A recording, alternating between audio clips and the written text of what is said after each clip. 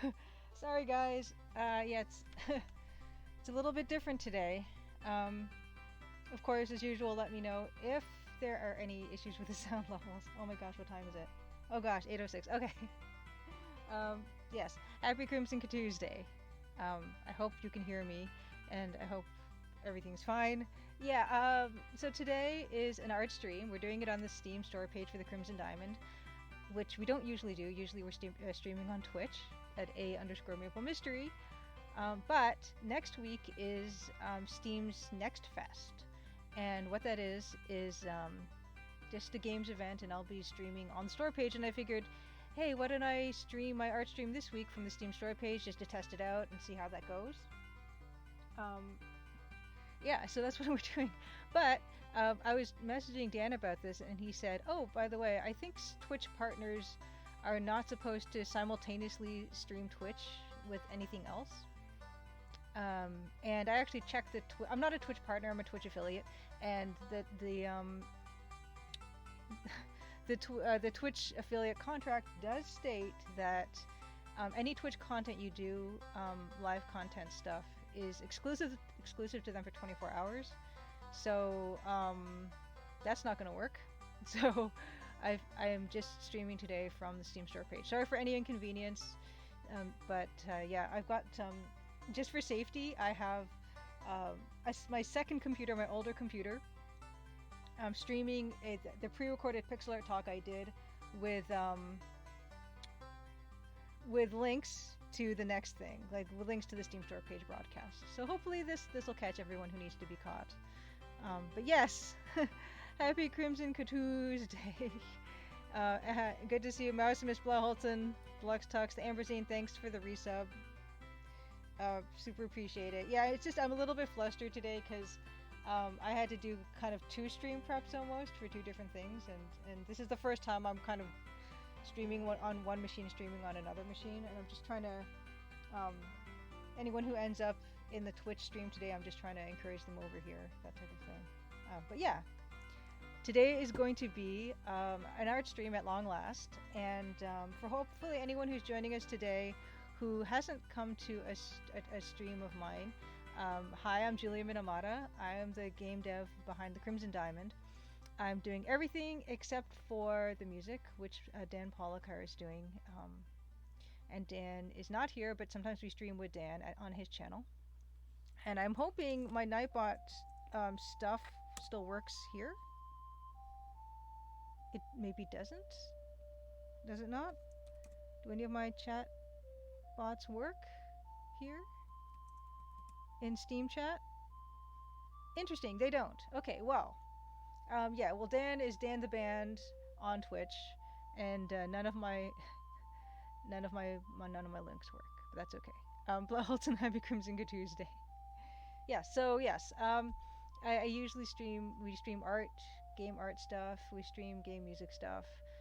Tonight is going to be, we're going to do some more updating and upgrading some of the introductory sequence art for the Crimson Diamond that you will see in its unfinished state in the demo that is available on the Steam store page, which if you just Google the Crimson Diamond on Steam, you'll find it that way. Yeah, sorry, my Nightbots, and rest in peace to my Nightbots. But yeah, let's see what we have today. So we've already I kind of write down like notes, and so I've already covered Happy Crimson. You can see how bad my handwriting is. You can see we've already covered Happy Crimson Tuesday. Next, yeah, so streaming on the Steam Next Fest next week. Yeah, that's a bit of a tongue twister. And well, that one will be a special one. I'll be playing all the way through the Crimson Diamond demo. I'll be talking about the development of it. I'll be showing some books that have inspired me, and some books that I've shown previously on stream, but I'll be showing different ones. I've mentioned before that when I was growing up, and my mom still has them, and I'm going to show these on stream, but I used to look at my mom's Agatha Christie paperbacks and just get really freaked out by the titles and the very spooky, scary covers. So I'm hoping to share some of those with you guys next week. I also have some new minerals, some new rocks and things in my collection. I'll be showing one today, but Next week I'm saving a few to show you guys that I'm pretty excited to show, because I do want to show new things on the stream next week for the festival, and that'll be there. But yeah, and also some crafts and stuff you guys have seen potentially before, but new stuff, and hopefully I'll say some new things about the game development or something. Um, I can't remember what I've said already. That's that, and I've introduced myself. What time is it? What time is it? Okay, it's 8:12. I'm going to do some of the pixel art stuff now, and then I'm going to do my presentation on my new little mineral piece that I've got today to show you guys. But yeah, right now on the Crimson Diamond on the Twitch channel, A_. Oh well, Deovor, thanks for the subscription. Well, at least that's showing up, except it's not on the right. I gotta move that forward a bit. Give me a second. I'm gonna find it. Notifications. Let's push that forward. On the top, and let's move it just anywhere else that will show better. So sorry about that. Yeah, Deluxe Tux, you were scared of any kind of murder mystery. Same here. I think it's just a natural thing to be scared of stuff happening when you're a kid, just about anything, or even things that, the dark, heights, crossing the street, answering the telephone. Lots of things just scared me when I was a kid. But yeah. Oh yeah, so yeah, if you go to _maple mystery, my Twitch channel right now, I'm broadcasting a pre-recorded talk I did on pixel art. If you want to catch that whole thing, it's about 45 minutes long, I think, and it talks about the tools I use to make the Crimson Diamond, my own way of approaching pixel art, how I've looked at other examples of pixel art, especially in old adventure games, and the lessons I took from those things. If you want to see that whole thing in its entirety without checking out the stream tonight, it is on my YouTube channel. If you can kind of check through the videos, you'll find it. Dr. Mikachu, oh my gosh, thanks for the raid. Oh, Dr. Mikachu, I don't know if I can shout you out in the Steam chat, because we're not in Twitch anymore, unfortunately. Ah! You know what? I can see where that's happening. Oh my gosh, they're actually raiding the Steam channel. Hold on, give me a second. Hold on. Yeah, this is the problem with streaming on dual computers. At Dr. Mikachu. Oh my goodness. Doctor. Sorry, I'm just gonna direct them over.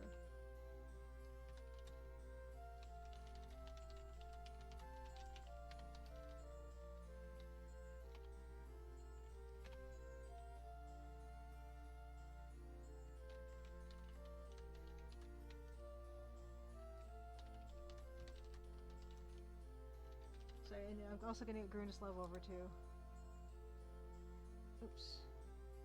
Yeah, this is gonna get a little bit scattered. Hopefully, when we kind of get everyone together on the Steam store page, we'll get ourselves off the ground here. Oh my goodness, yeah.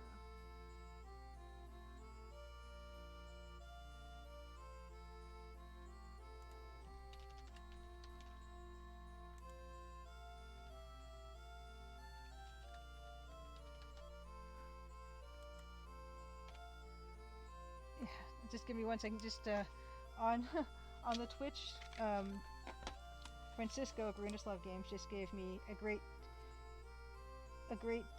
title, achievement title for opening all the cupboards in the game. Open and shut case, which is wonderful. Open and shut case. Yeah. Sorry. Open all cupboards. Okay, great. I'm just gonna say.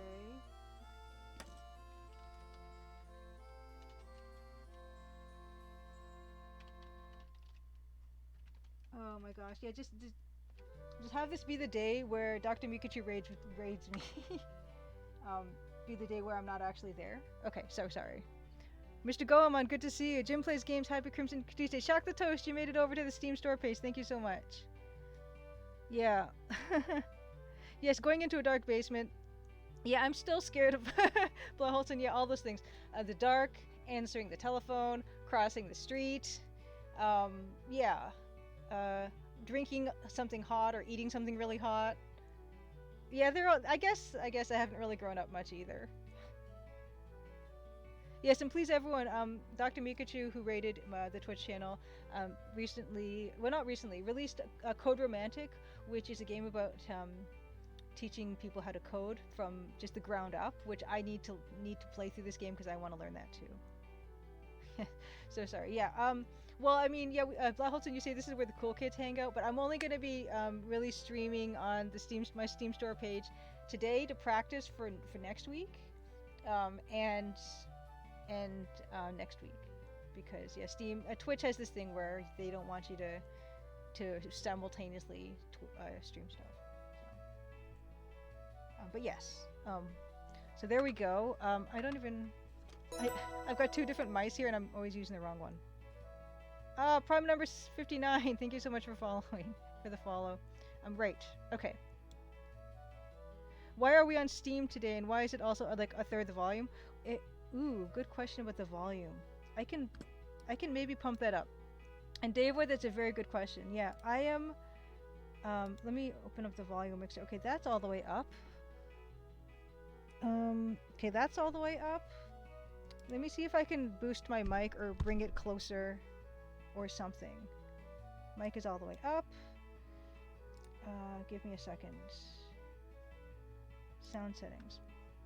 Yeah, Blaholson, we're here on the Steam store page because next week is Steam Next Fest, and I am going to be doing a special developer stream on my Steam store page. So this is kind of like a dry run for that.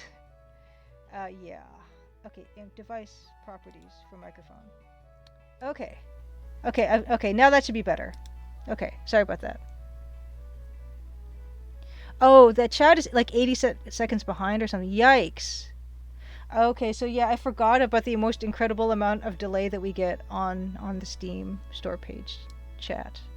I'm sorry if I get you guys' messages a little later. Guess that's why we don't stream on Steam a lot, and we won't be. But this week and next week. Okay, right. So, oh, Mary Pat, thanks for the subscription. Awesome. I really appreciate it. Yeah, I'm glad I'm still getting the notes. For the resub.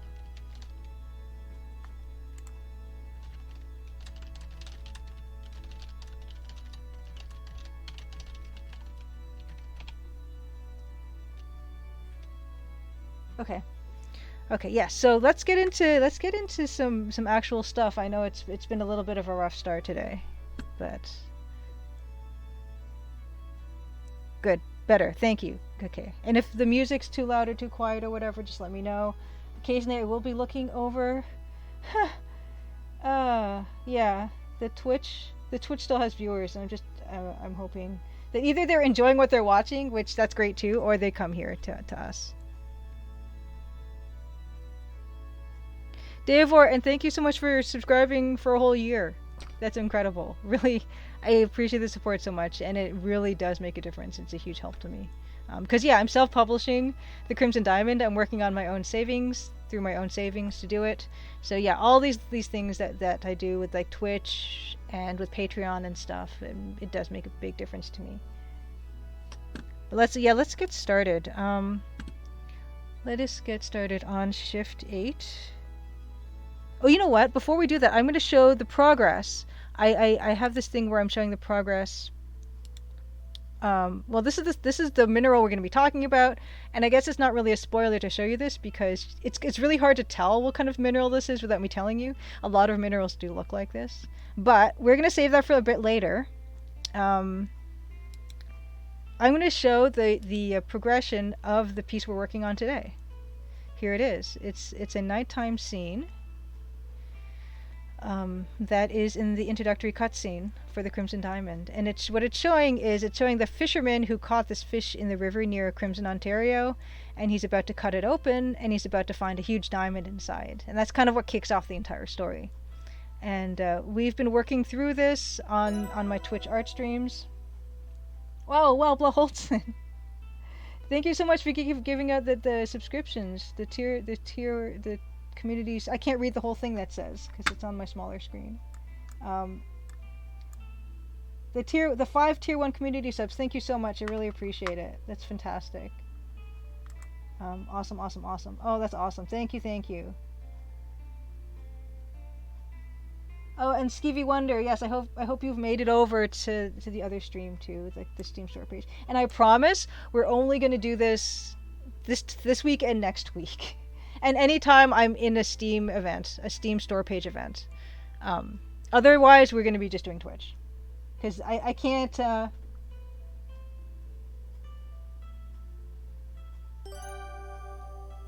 Oh, thank you for MonkeyBiz45. Thank you for the sub. Fantastic. Yeah.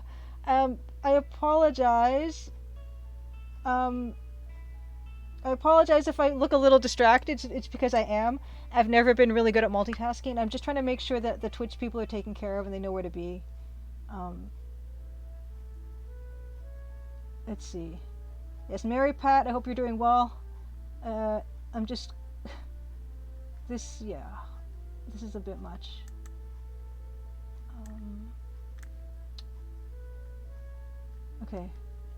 Okay. Fantastic. Okay, yeah. So this is what we're working on today. The last frame you see that's kind of lingering. That's where we are so far. But yes, let's get started on that. And so let me just take us over to the real Photoshop view, if I can. 1 second. But yes, soon enough we will be showing. I'll be showing my special mineral presentation, which I will be doing again next week, but with something else. Wonderful, wonderful, wonderful, wonderful. Okay, here we go. Here's our image, and what I like doing when I start looking at this, it's nice and helpful to look at it kind of really small. I know it's already small, but even smaller, because then you can kind of get general ideas of what needs to be fixed. Like, I don't think the ellipse, the halo for the firelight is quite working for me. But what I'm just realizing now, and this is what the stress test is all about, is I need to have this kind of off to the side a little bit so I can still keep track of the chat. Great. Okay, here we go. Okay. Yes, on Div, I do have a recurring bot command on Twitch as well.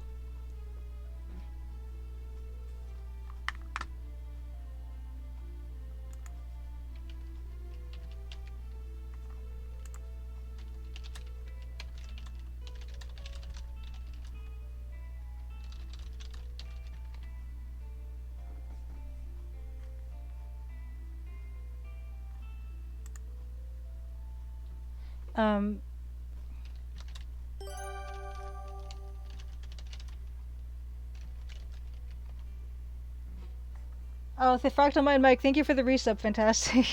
Oh my gosh, this is a bit much. Yes, Grindislav, this is confusing. Oh, congratulations, Blaholson, on your good financial news.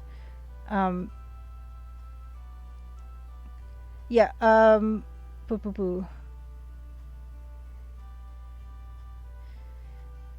Yeah, sorry, Dave. Yeah, I'm not sure how the Steam chat goes, but I'm glad you're saying that you can't even add people, because that gives me even less of a reason to continue streaming on my Steam store page, unless it's for something like the Steam Next Fest event. Oh, Grundislav, you've never done a live one before, huh? Oh, so all your ones that you did in previous events have been pre-recorded? And the delay is bad. I'm so sorry, you guys. This is another reason why I should be writing these down as reasons that I'm not going to continue streaming on my Steam store page. It just doesn't seem to work nearly as well. And Chocolatoshi, I have no idea about making the video larger and keeping chat. Everything is just it's kind of messy. Would it be better to talk on Twitch than on here? Jim Plays Games asks. I'm trying to look at both of them, really, and it's driving me crazy. So I would prefer if people would chat in the Steam page one, so that I can see that. But I do have both open. So if one of them is definitely making your life easier, then yeah, I am paying attention to both tonight. Oh dear.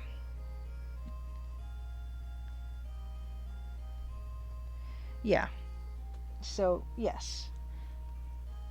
Okay, let's get started. Yeah, as I was saying, I don't think There's something about these ellipses that isn't working for me. The halo of the firelight, and then the concentric fading out ellipses of the shadow is not really working for me that well. 13 seconds delay, yikes. Yeah, this is the day, isn't it? Jim, Fractal Mind Mike, there's a hype train on that's level 3 right now, and I am not even there right now. It's just, I got no words. Okay, if you refresh the Steam page, you get close to life. Okay, why don't we? I'm gonna refresh mine, cause yeah, a 13-second delay is not making. Oh wow, look at that. Yeah, here we go. Okay. Oh nice, you have Steam emojis, Blaholzen. Holy cow.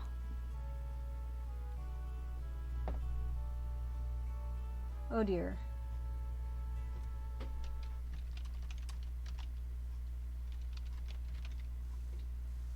And I see some people are having trouble.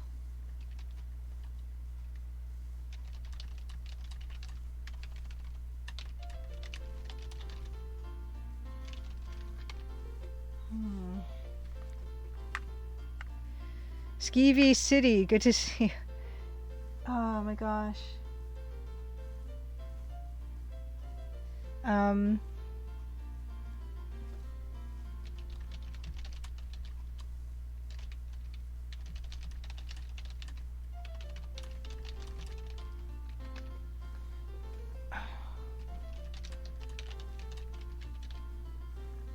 Yeah, I'm not gonna make this a habit, that's for sure. Wow, you have a holiday emote from 2015. Wow. Yeah, so let's look at these ellipses. I feel like it looks like I'm gonna try to correct the shadow part of it a little bit, I think, before we move on to something else. Which would be here.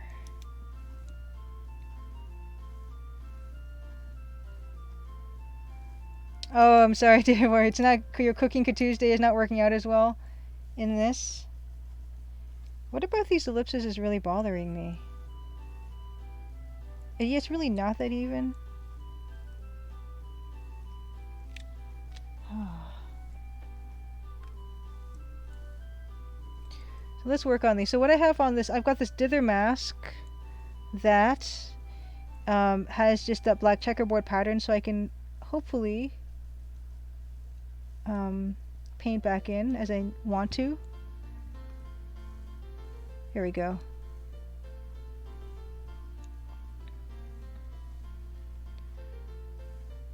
Yeah, the ellipses are drawing up too much attention. I'm gonna break them up a bit more, maybe. That might help. Yeah, it's the static marching ants of the marquee. But yeah, I feel like I do want to break it up a bit more, or maybe come in a bit more. In fact, with the blue, the dark blue. I think that'll also probably help. But let's see. Let's do a time check. 8:30. My goodness. Okay. So why don't we say at 9:30 I will do the cell. Oh, I was almost gonna spoil the mineral. I will do my mineral little presentation. Talk to you about its uses and show my bit.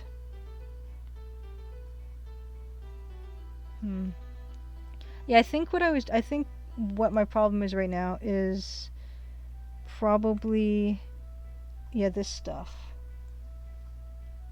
Oh, and do you know what happened also?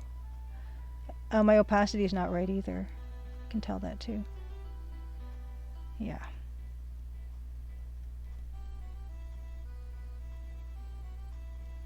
I feel like I've flattened out this too much.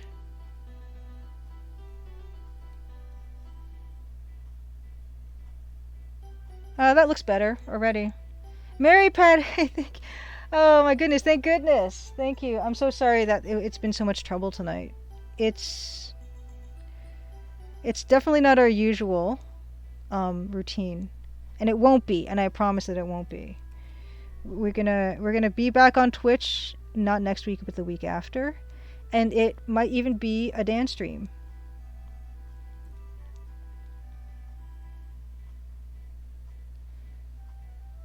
But yeah, Grundislav, if you're still here, yeah, there are lots of. It seems to be there are lots of reasons why why you shouldn't do what I'm doing right now, which is live streaming to your Steam store page. Mary Pat, what's up? What's up is I am like I'm trying to spin plates, and I have never been good at multitasking at all. So I don't know if it might be amusing for people to see me scrambling. Maybe that can be entertainment tonight. But my gosh. You can open the chat only from like, the broadcast? Really? Huh. Well, it's not a big. I've kind of got that like that my browser window kind of shoved off to the side. So it's not too big of a deal right now. It's pretty much the same as if I had it completely separate. So don't worry about it. You know, it's cool, and I just wish that I don't think this is the case, but I kind of wish it's just teeny link. I kind of wish that it was just live on the store page right now. Anyone coming to the store page would find it. But is the link that's in the Twitch spot not the thing?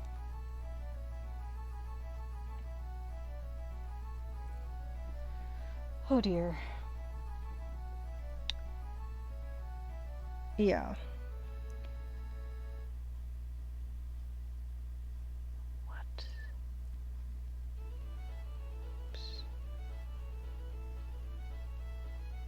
Ah, fact of mind, Mike, you've tried it, have you? Live to tell the tale. You've only streamed on Steam once. It's not as nice as on Twitch, that's for sure. Yeah. For some reason, your Steam app on your desktop won't show this. What? That's, oh my gosh. Yeah, I'm glad, I'm glad to have this experience, because, yeah, I'm not going to repeat it. Well, I say that, but I will be repeating it next week. But after that, never. Well, until the next Steam event. Oh, it does show me the stream on the Steam page? Okay. It just... I'm glad some people, it's easier to find, but I wish it was easy for everybody to find. Oh, Fractal Mind Mike, thank you so much for directing traffic. I'm gonna give you a shout out.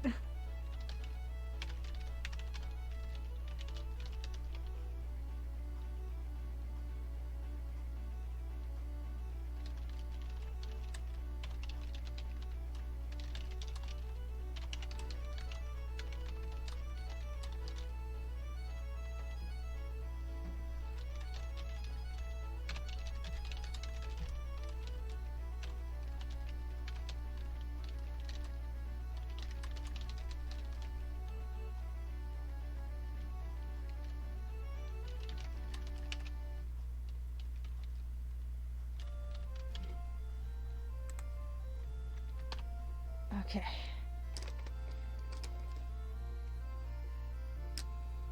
No, I really appreciate it. These things never go as planned.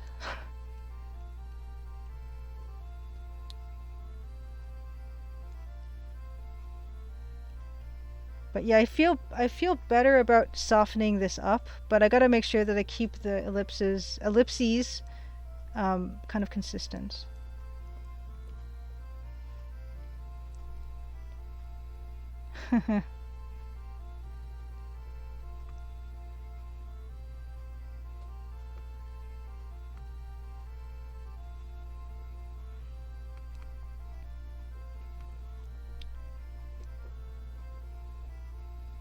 And then also just bringing maybe that down a bit as well.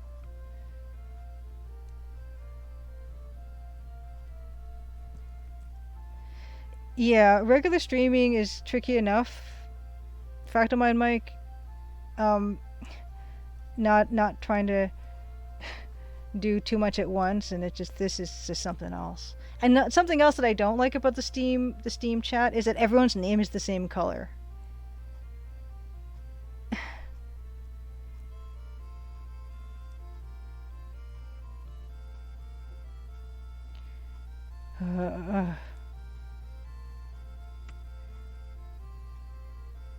So that's also throwing me off. That's awesome. Deluxe Tux, that Paradigm emoji. If anyone hasn't played Paradigm, play Paradigm. It's amazing. It's gorgeous. And I think that was Jacob's first game, Jacob Junior's first game. And it doesn't look it. He's got a real knack. You can't scroll the chat up, Maximus said. Yeah, I tried myself too, and I figured I gave up really quick. So I figured it was just my own fault. But yeah, I did not know that. I figured there was a way to do it. Yep. Everyone's in the same like handle color, and it's confusing me. Oh, Mr. Goemon, yeah, it makes me appreciate Twitch. I cannot wait to get back there. But unfortunately, that's gonna have to wait for a couple more weeks. Unfortunately. But yeah, just the fact that you can't seem to scroll chat back up. Whoops, wrong one.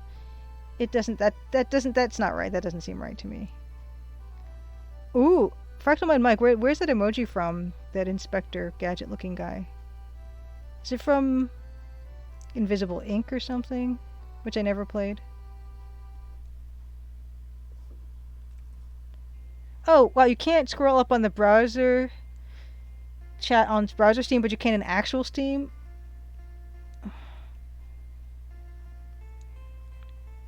I find Steam kind of confusing overall.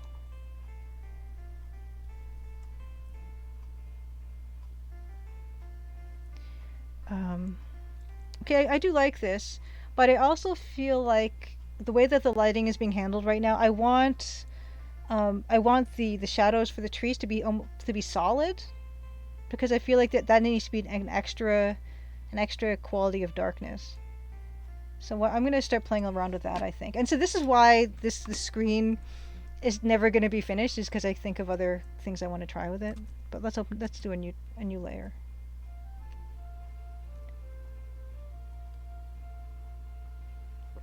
Ooh, gunpoint is the emoji. Nice.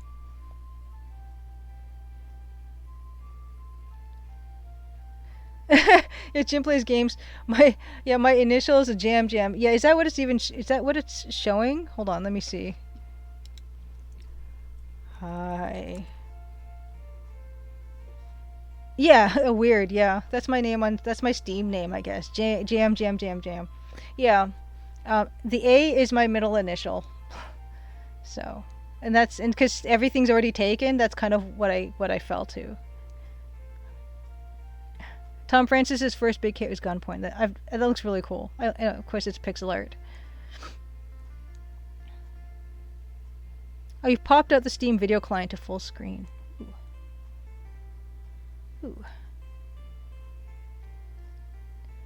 Here's your proof of jam. Chocolate toast. Nice. Yeah. That's another thing. Yeah, I don't have a professional Steam handle looking thing. I probably should. Okay, so we're going to do all layers non-contiguous. And we're going to Control H, the marching ant marquees. They're still there, but they're hidden. Yes, all hail jam.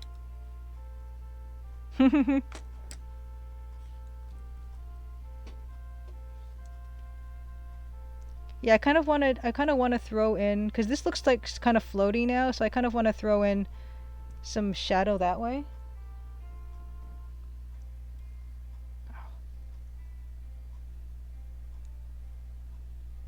You know? Is that going to be a bit much, you think?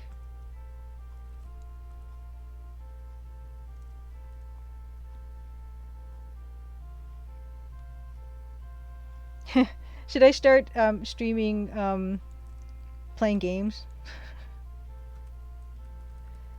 I don't play games much. It's bad. I should.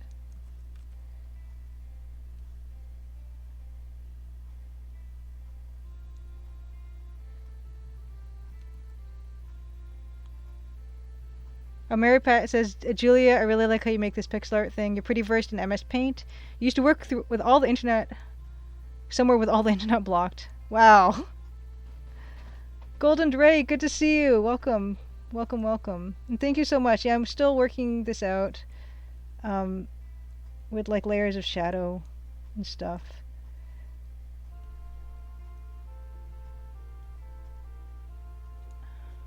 Yeah, I think that's helping. You tune in the holes, and I don't know what I've got. Of course, I've got a ton of things. In fact, something just came out by Christine Love. It's called "Get in the Car, Loser," and it's gorgeous pixel art, and it's candy colored, and it looks super fun, and it's free. It's free on itch.io. And although there's like an additional chapter, if you really like the game, you can spend $10 for an additional chapter. But the base game and the most of it is free, and I want to pick it up. He'd love the scene as a poster. Jim plays games, nice. Yeah, I actually have made posters, and I guess I could show those at some point. When I first showed the game in 2018 in the fall, and at Wordplay 2018 in Toronto, I got some posters made, and I actually never ended up using them. I've got one up on my wall, but I think I might have 2 or 3 just in the poster tube still, and I haven't touched them since. So I don't know, maybe one day those will be some kind of a door prize, or I can bring them to an event and sell them or something. Oh yes, you can't redeem show a cat postcard here either. But Jim plays game. You make a good point, because I do want to do that. I do want to show a cat watercolor card. I do want to show some published artwork, because I will be doing that a little bit on next week's Steam Next Fest. I will be doing that in next week's Steam Next Fest stream. So I should do that actually. That's a good point. At 8:45, I will show a cat watercolor card. And then we will do some more artwork, and then we'll do the little rock show that I've got going.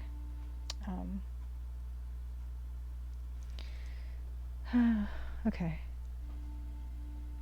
Yeah, I think this is helping with the dimensional aspect. And I just want to put a shadow there, even though it doesn't make any sense. Should we also try to launch the Crimson Diamond to check if it works fine? It should. I have not changed. I haven't changed the files like for a really long time. I will be doing that. That's my next on my to-do list, but it hasn't happened in a really long time, so it should still work. If it doesn't, oh my gosh, I need to know immediately. But it should work. And so I was doing these broad shapes with a fairly large size brush, but now I'm going to go in with a small 1 pixel brush and just break it up a little bit, because it would never really be perfect, even though it's not necessarily reflecting, like we're getting some grass popping up here and there, so you're going to want to create that look. You don't want it to be solid, just completely solid shapes. So I'm just going to go in. This will give it a look of more dimension. But yes, okay. So it's 8:45. Let's switch to Big Julia view. Okay, great. I'm going to show a cat watercolor card. Hold on. Oh, actually, before that, I want to show the progress I've made on my cross stitching. So I don't want to assume anyone's seen these, but these are ones I've done before. The speech portraits for Nancy Maple, and I've been playing around with different colors, but the one I'm working on right now is this. Ooh.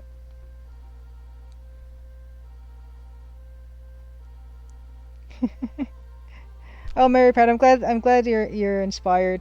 That's the highest compliment anyone can give is if looking or watching me do stuff makes you want to do stuff, that's the best. Yeah, so here's Margot. Margot is a character in the Crimson Diamond. She's French Canadian and like a lovely lady, and you get to meet her in chapter 1. And I think that's working out pretty well. Yeah. Oh, and there's the camera not focusing again. But you get the idea. Yeah. So, those are fun. I think I'm really narrowing down what the colors are going to be. Oh, Blaholton, thank you for ushering people to the Steam store page. I appreciate it. Thank you guys so much. You guys are the best. It's really touching that you guys are helping me out here.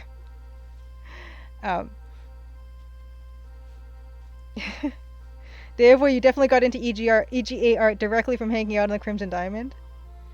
In Skeevy, yes, you do get an inventory item from Margot. Absolutely.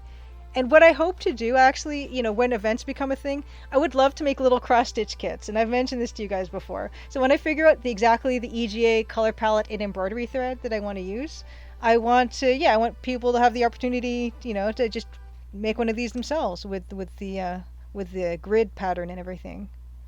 Because I love it. I love the idea of cross-stitching pixel art. So that's that. But yeah, I was going to show a cat card, so let's do that. Okay. Here's the cards by Julia. That's not my handwriting, that's my mom's handwriting, but I've got this here. Let's see. Have I shown...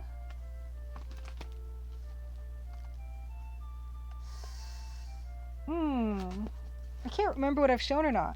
I'm going to show this one because I quite like it. But if I've shown it already, let me know.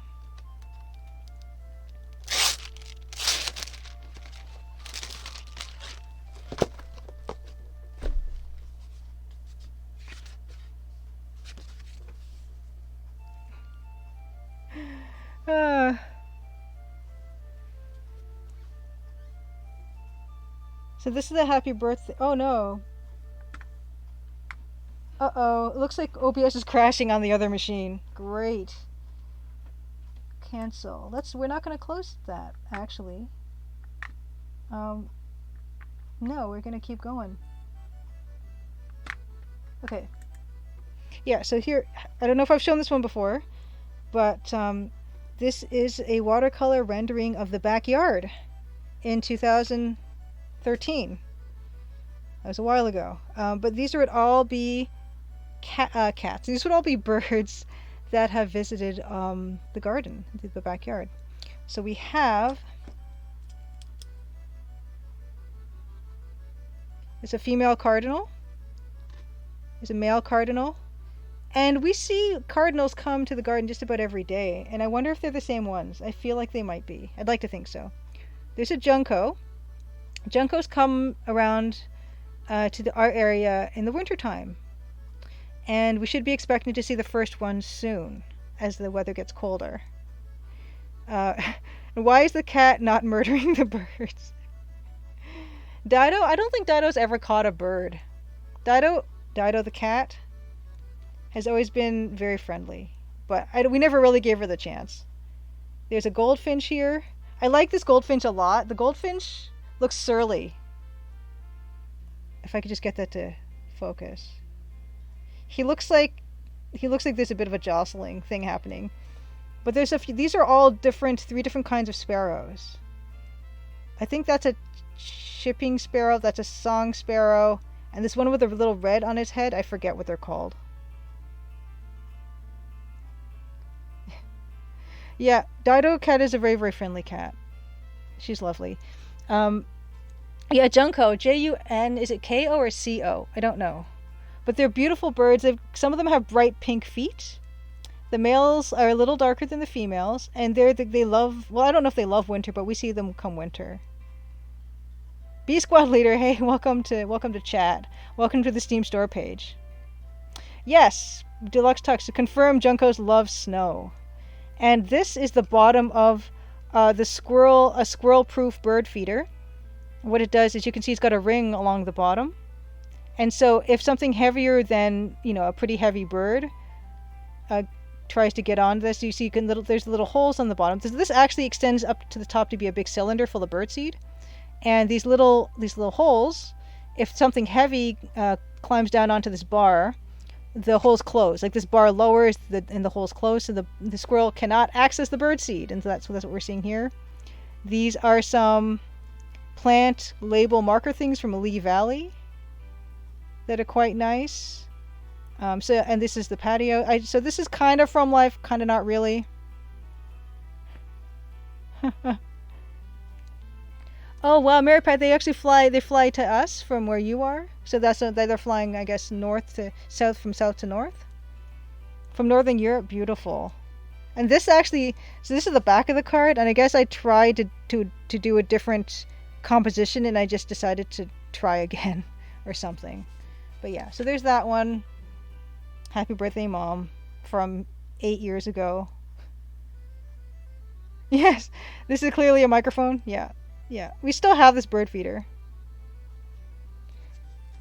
Oh, B Squad Leader, you mean that one he makes that obstacle course for the squirrels?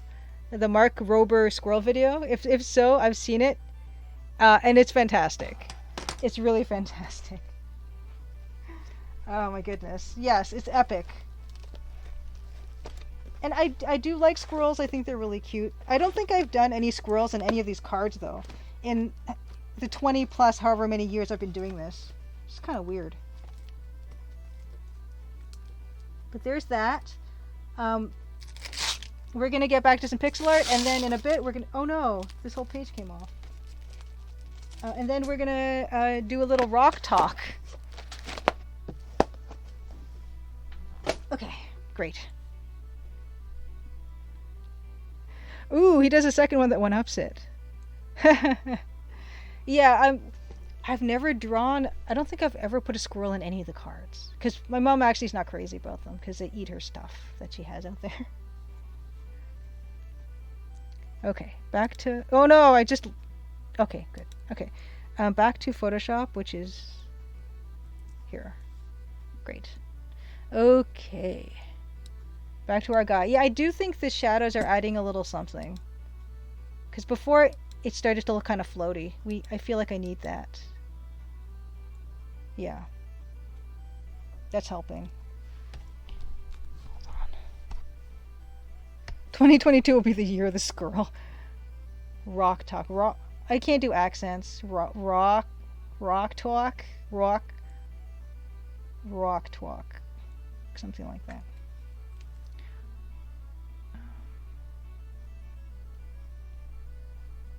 But I think that is helping. Stuff on the ground. I'm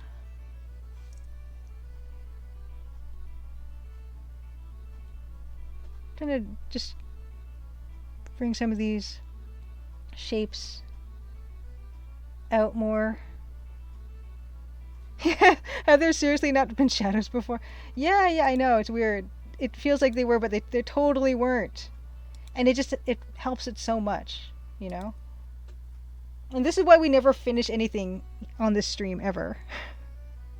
Jim Plays Games, thank you so much for coming to stream, coming to the Steam store page, directing people from one to the other. I so much appreciate it. You guys are the best. Have a great night. Mary Pat, thank you so much. You say you like the way I use colors, and I can make them pop. I really appreciate it. From one pixel artist to another, I do appreciate that a lot.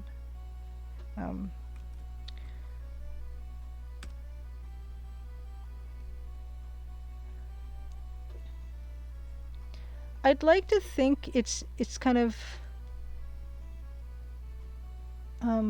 it's not. Oh, what's happening now? Okay. I'd like to think it's like a little, for me, I don't know.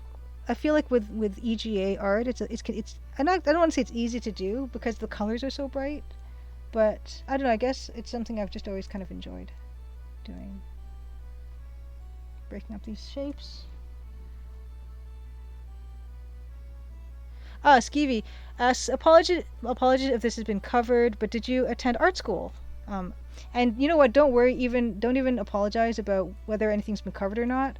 I ask as many times as you want because I will forget answering the question. Yes, I did. I went and I got myself a 3-year diploma in illustration, and I specialized in editorial illustration, which is like magazines and newspapers. You know, the covers of Oh, VLC just crashed on the other machine. So I'm just gonna open that back up again, as it likes to do on that old machine. But even before I went to college for art, I went to a special arts high school where we did a lot of like, I had 2 courses per semester in grades 11 and 12, and maybe not OIC 10, 11 and 12 were the special arts program. And so I was able from there to build a pretty decent portfolio and get into a really good art college in Ontario. And yeah, so I did 3 years of so that the illustration, so painting, drawing, some digital stuff too. And then after that, there was a postgraduate advanced illustration course that I also took because I was too scared to leave school and enter the real world, so I didn't. I put that off as long as possible. And so I did a 1-year post-grad certificate program in illustration, and then by that time my 3-year diploma program had become a 4-year degree program, and I was given the opportunity to go back and do some breath courses and get a degree. Oh good, Dave, well, what did you cook tonight? Cooking Tuesday. And the degree was a Bachelor of Applied Arts Illustration, which is what I have. But I've never really used it or told anyone that I have it. I think the good thing that can be good about doing art is that it's kind of a meritocracy. If you're good at it, it doesn't really matter if you went to school or not. I know some people feel like you don't have to go to art school. Some people say that, you know, it was the best thing for them. And for me, from my experience, it was really good for me. But I do know people who never went, and they're fantastic. And so, you know, either whatever works for you. Yeah, I really like the structure. Just so happens, I'm a structure person. Where?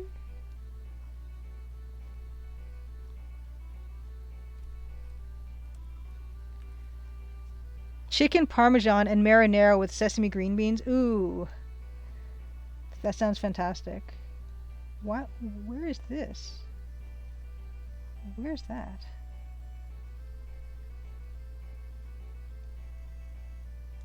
I'm just looking at this one little corner here, and I don't know what happened.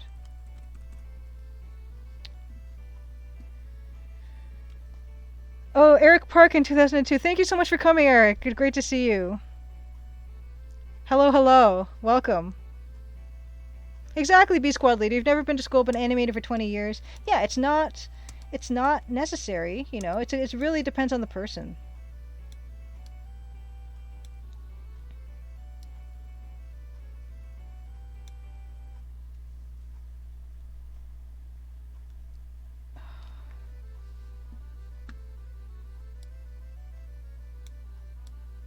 You've never taken art class and wish you had, Dave War? It's never too late. Absolutely. Some of these opacities are kind of messed up because of reasons, but it's actually not too big of a deal, and I don't get too concerned. Usually, when I'm finished something, I'll do a pass where I eyedropper all the EGA colors and I just copy paste them on. So I'm not too concerned about things not matching up. But I'm a bit concerned that I've got these weird little gaps in my dither, and I don't know why. Because that should have worked. Did I accidentally erase something? Oh well. Yeah, exactly, Maripet. It's never too late. I want to take coding classes. I've never really taken any serious coding.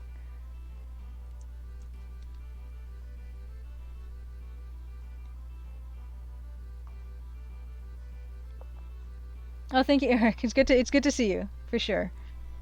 And there are so many resources. Mr. Gomont is right. There are a lot of resources now that, in some ways, it can make art school obsolete. Um, and if you can get feedback as well, that can basically replace a lot of the stuff. Um, but if you're someone who likes structure, like I do, and also what might have found it hard to make time to be as intense with it on your own, then it can be good to go to art school. But yeah, definitely not for everybody. Exactly, Mr. Goleman. That's exactly what read my mind. At the same time, you need someone looking over your shoulder and giving feedback. That's absolutely what I found really valuable. And also, the great thing about going to art school is, you're surrounded with like-minded people who have, who want the same things and all that. So you can make lots of friends in art school. And I have friends I made in college that I have to this day, right? And it's like a networking thing too as well, because you get to know these people and then they go on and do other work and you do other work, and maybe they'll say, okay, there's a job opening here or there, and then you can be recommended to it or whatever. So even apart completely from the actual technical aspect of improving artistically is that social aspect. Ooh, Ski, retraining in Python right now for certification. Good luck with that.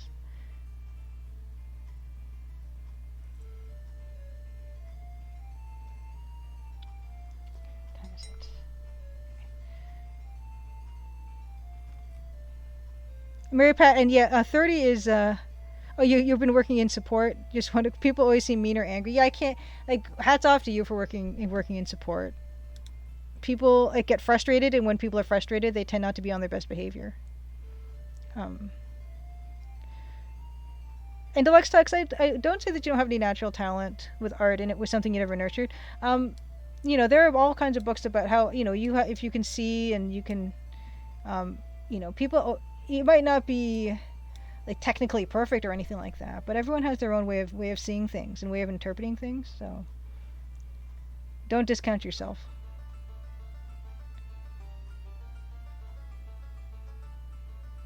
B Squad Leader, there we go. I don't believe in natural talent, B Squad Leader says. Anyone who's really good has probably put in tons of time learning.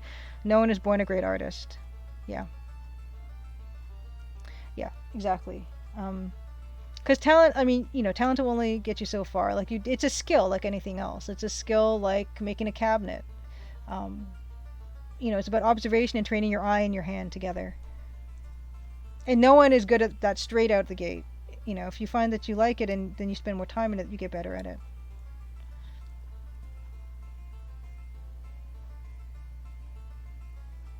And Dave Royer writes, intersection of people who are willing to criticize someone's work and have the time and will take the time and actually can give really good feedback. All of that, that's kind of another really good reason, to go to school as well.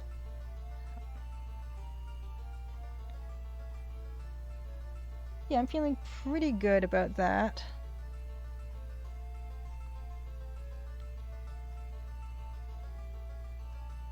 Mouse Miss, to quote Bob Ross, talent is a pursued interest. Deluxe Tux believe in natural talent. For some things in your line of work, you are like a fish in water, and you have not put in any more time than anyone else. Yeah, I guess there's like people can have a tendency toward being good at things more than other things, but it's not necessary to get good at something.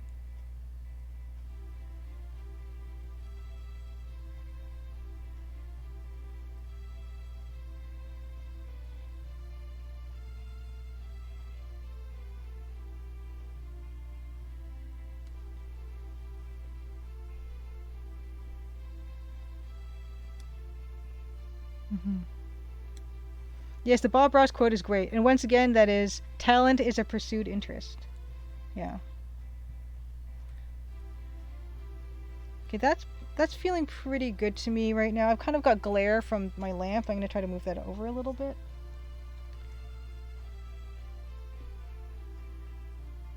Yeah, and if people are passionate and spend more time learning it, and another addition to that, which is something I kind of have some regrets about, only slight regrets, is I really respected the people at school that knew what they wanted to do and didn't pay attention or work too hard at other stuff and just focused on what they wanted to do. Because I was one of those people who tried to be good at everything, and that that made me burn out in my last year of high school. So I do appreciate when people just really go for something.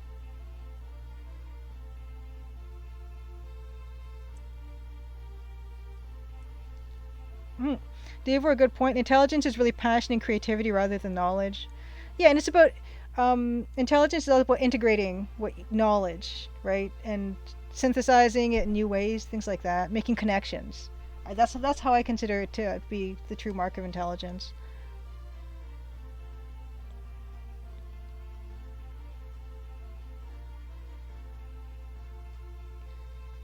Okay, this I think, and a lot of the stuff I'm just gonna do because I feel like it would suit. Like I feel like I just want to close this down a bit more in this area. And maybe it doesn't really make sense to do that, but by eye, I want to, and hopefully people won't, like this scene is not up for that long, and so I feel like it's going to be okay if I do this. And just feeling like some of these trees, as I look at them now, I want there to be bigger areas of shadow, like in these evergreen trees. They're really broken up right now. They're looking like static, and I want to give them back some form.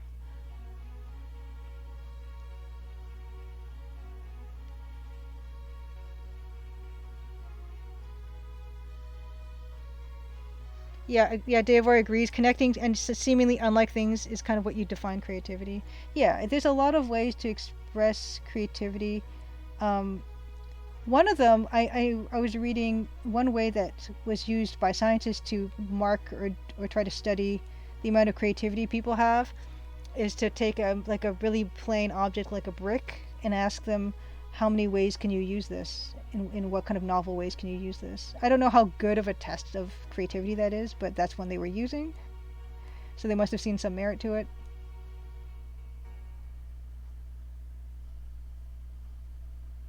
And supposedly, less creative people would, say expected things like build a house or I don't know, whatever else you use bricks for. And then supposedly more creative people are going to come up with like less conventional applications. But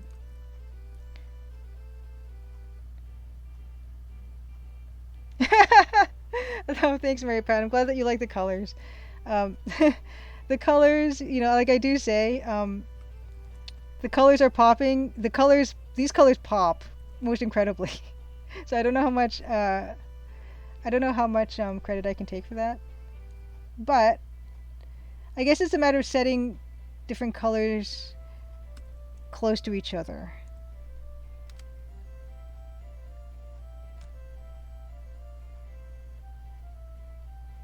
Yeah, I'm gonna make these shapes bigger. They're really breaking down for me.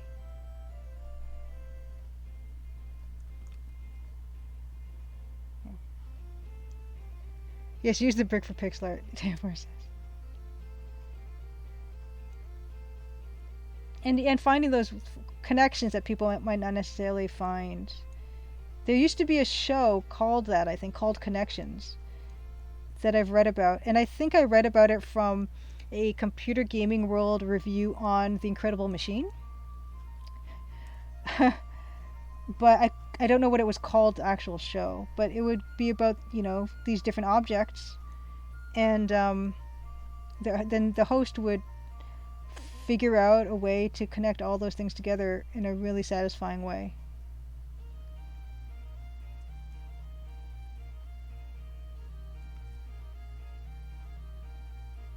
Davor says there's a strong contrast between the coolness of the scene and the warmth of the character in the fire, relative brightness and saturation. James Burke, Skeevy says, that might have been it. And the fire and the man have a ton more colors. Most of them are gray, warm. Yeah, so what I do like to do, that's another thing, is you can just take this scene and you can desaturate it to test how your values are looking. And so let's do that really quick. If I can find it. Desaturate. Okay, here it is. So here it is, desaturate. Wow. Okay, wait a second. Sorry. Got to be on the top. That's kind of what we're looking at when it's desaturated completely, and that'll help you see how the values are all lining up and if they're going to give you what you need. And I think we're doing okay.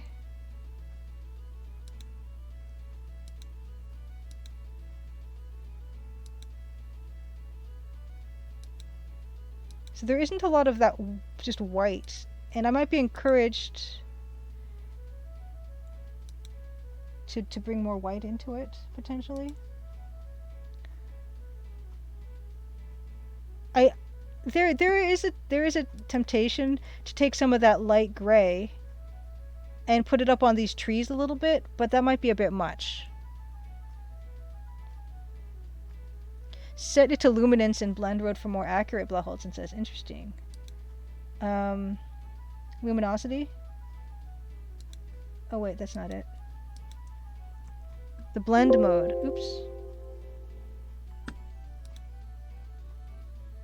Hold on.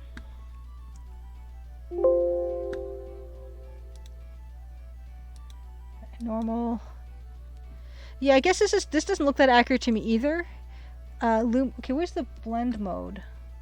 Blaholtzen. Oh, color?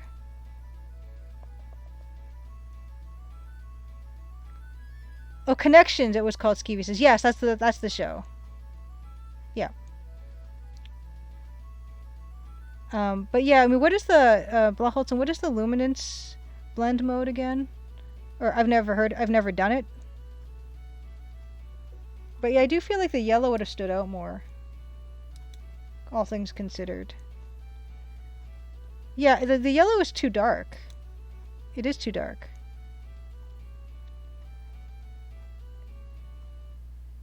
Luminous would be more accurate than the color saturation blend mode.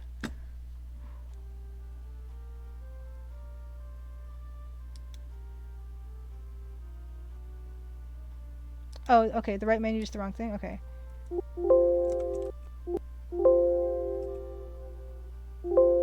Okay. So same menu. Image, mode, adjustments. Desaturate, match color. Which one of these would it be? Vibrance?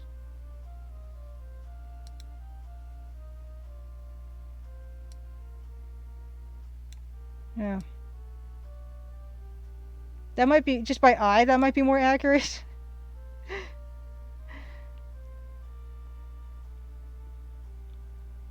Oh, the layers blend mode, right. From normal to... For some reason when I do this, and I set it to luminance, color,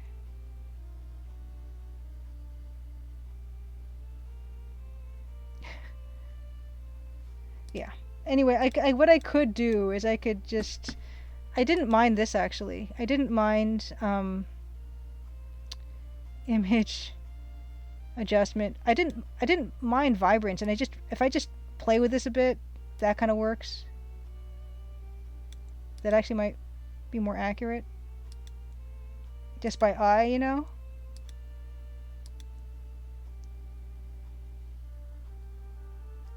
I don't mind that. Blaholtzen, you redeemed show watercolor card 31 minutes ago. Oh, Patoying is in chat. Give me 1 second. In Twitch.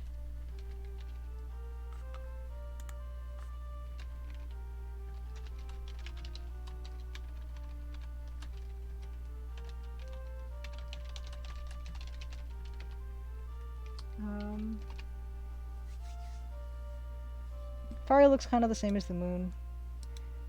It's not, I mean, it's not perfect, but we'll give you an idea. And I am tempted to try just some of that light gray on the trees. I don't think it's going to work, but we can just try.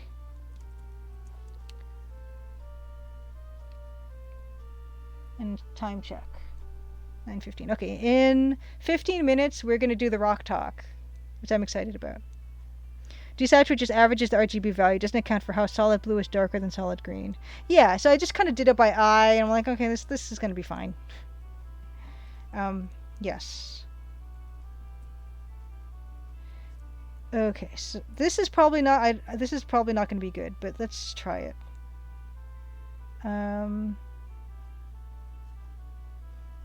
here.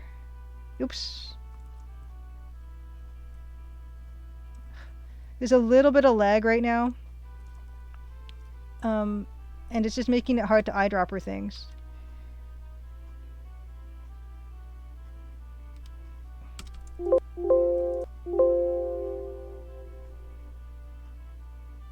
There we go. Patoing, hello, thank you for you made the trip. Thank you for making the trip. Yeah, we're here because I am going to be streaming next week a special dev stream for Steam Next Fest. Oh jeez. For Steam Next Fest next week. And so I thought I'd come to Steam and do a practice and see how that goes. But in so many ways, chat and I have discovered that that Steam has a bit of catching up to do when it comes to streaming compared to Twitch. And so it was a good experiment. And next week I will be streaming on Twitch again like today. But going forward, we're going to just stick with Twitch and only Twitch.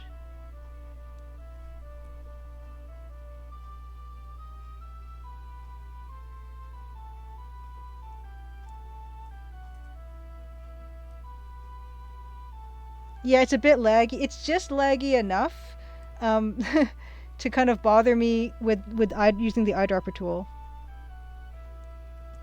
But I am streaming something completely different on my Twitch channel right now as I stream this, so it's my own fault. Yeah, actually, Mirapet, of course you can ask. How far am I, and do you have all the music already? Well, actually, for music, Dan Polakar is working on it, and he's actually surpassed me in terms of he's done more music than I've done of the game. Because Dan is actually a very fast worker and super talented. So we've been streaming game music dev on his channel, Dan the Band, on Twitch, and that's been going really well. So the music is pretty much, we're good for music.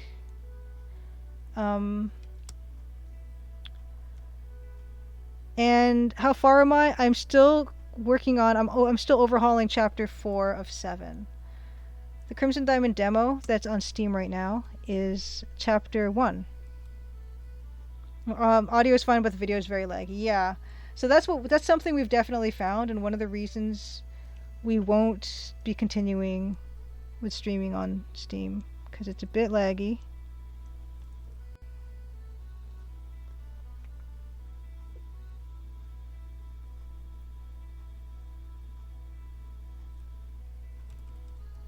Yeah, I think that's a bit much, so I'm not going to do that. Oh, Maripet, I'm glad you love the music in the demo. The music in the demo is, yes, Dan has this amazing theme song for the game, which is the best track he's done so far.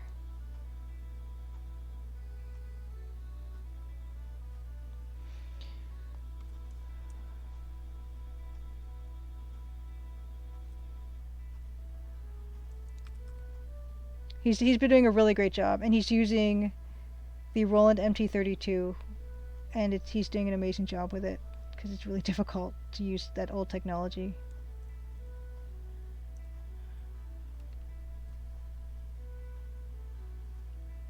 Yeah, he's really, I'm really lucky that Dan is working with me on it. But yeah, it's just kind of dragging, you know. Everything is taking longer than I hope, but I think that's what anyone can say.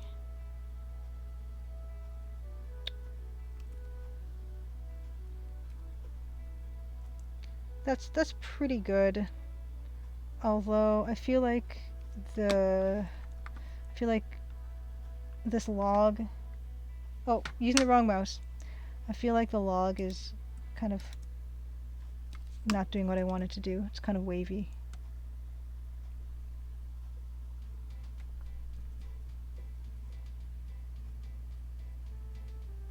Hello, Foggage Green. You can't minimize this in your phone down to a picture-in-picture. You can in Twitch. Yeah, I love that about Twitch. That you can minimize picture-in-picture on Twitch. That when I saw that, I was very, very pleasantly surprised. You wonder if that would work if you had the Steam app or whatever instead of watching in browser. Yeah, I didn't even know a Steam app existed for the phone. Yeah. But yeah, I mean, Twitch is what we're gonna be going with, for sure.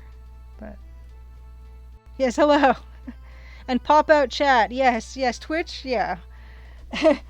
Thank you guys. You really helped with so many reasons why I'm glad that this is usually Twitch, but we'll struggle through this week and then next week for it.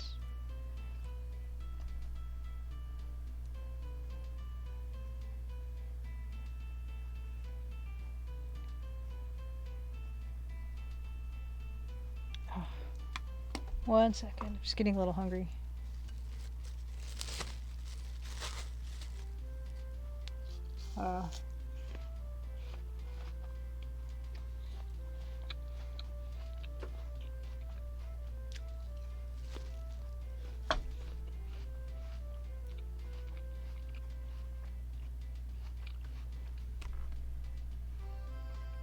Sorry.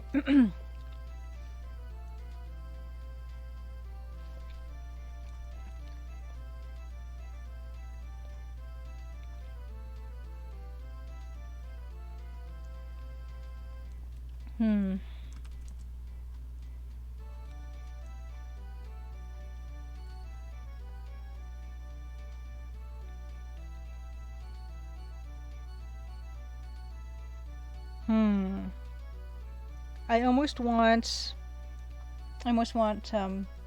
some dithering on these rocks a little bit. We'll see.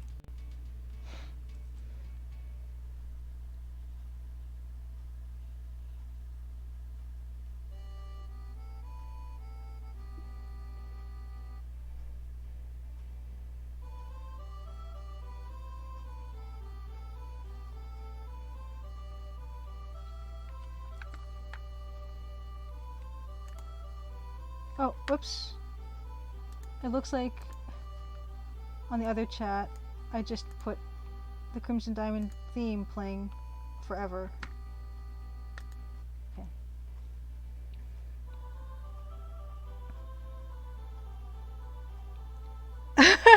Oh my gosh, Mouse Miss. I love the second shortcut to 3D objects on my desktop. That is so Julia.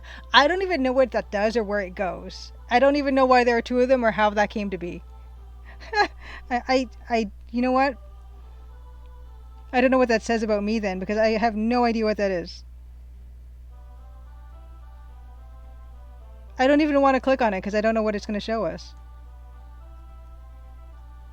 What are 3D objects? Why is that on my desktop? Why is 1 let alone 2 on my desktop?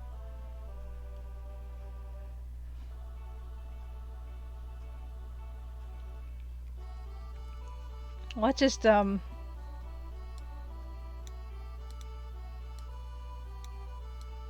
hide that. Just hide my shame. Here we go.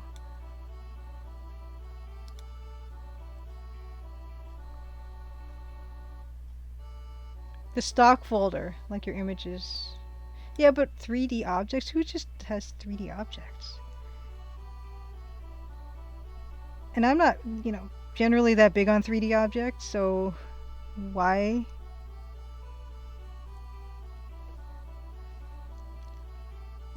Nothing to worry about. They're being removed in the next Windows update. Mouse Miss, are you kidding, or is that like a real thing? Does anyone have a legitimate use for that? Oh, I like that better. Probably no one. Well, okay, how about this? How did Microsoft hope that you'd use that? What was their bright future of 3D objects on the desktop?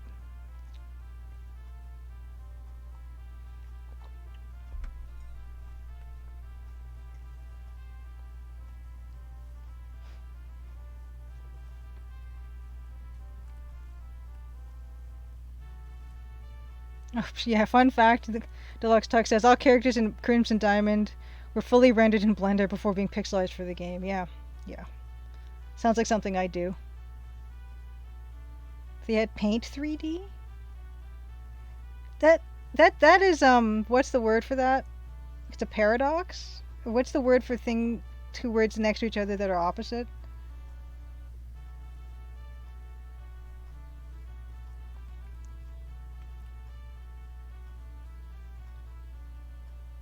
Microsoft nerfed MS Paint and made a terrible 3D modeling program, Fractal Mind Mike says. I want people to use the 3D software to print 3D models.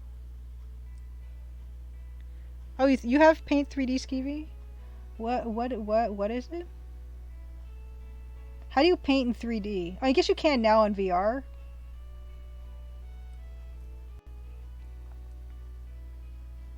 Ooh, interesting. Patoing. Little input on the sky. It makes some stars light blue as well. Not all stars the same brightness after all. Ooh, I like that. That's very good. I'm going to give that a try. Deluxe Tux says, feels like MS Paint is due for some massive improvements. It's kind of inexcusable software in 2021. I probably have it too. Oh my goodness. See, when I do the eyedropper, it takes... That didn't even work. 1,000, 2, 1,000. What's happening? Is my eyedropper only on one?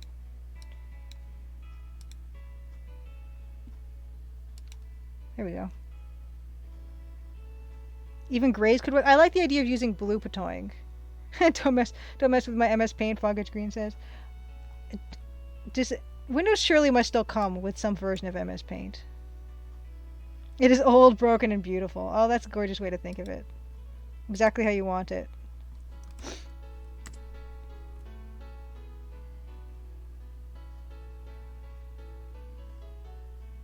Layers you can move back and forth in Z space. Or is that Z space for Canadians? Is that Z space for Canadians?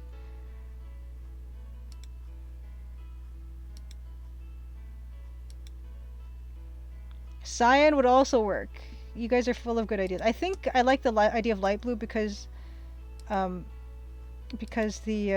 sky is dark blue. So I kind of like that idea. Ooh. Pretty. Yeah, they really fade back. Yeah, the gray, I think the gray would not work as well. The blue is gorgeous though. I love that. That's beautiful. Great idea, Patoing. Yes. Yeah, Mouse Miss Ice. Yeah, totally. Great idea. It's really pretty. It gives this gorgeous depth. Thank you. Wonderful. Very, very nice. Yeah. Okay, we're coming upon time to do the rock talk. Yeah, I think we got it's in the sky, so I want them to kind of do that thing. This is why I like streaming art stuff with you guys, is because you guys have all these really good ideas and feedback. And actually, that's another reason why Dan and I like streaming the music stuff too, because we like hearing from you guys. And you would the ones that touch the top are kind of uncomfortable. Single pixels. I get it. Rock talk. Yeah, it's time for rock talk. Let's do it. Okay, how do I do that again? Okay. Oh no, that's not it. Oops. Don't look at that. That was Adventure Game Studio. For some reason I still have it on. That's a spoiler. Here we go. Okay, we're gonna do the rock talk.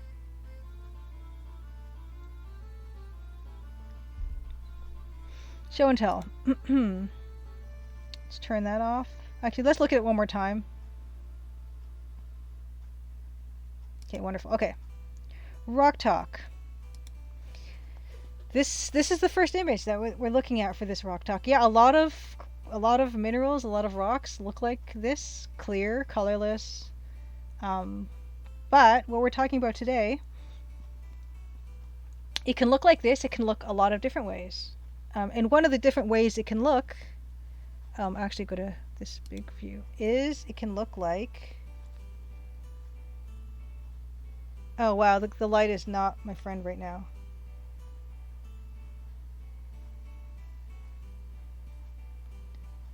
Anyone know what this is?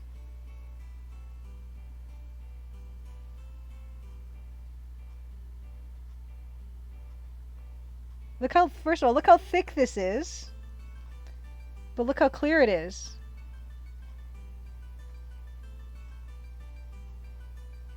Any ideas what we have tonight?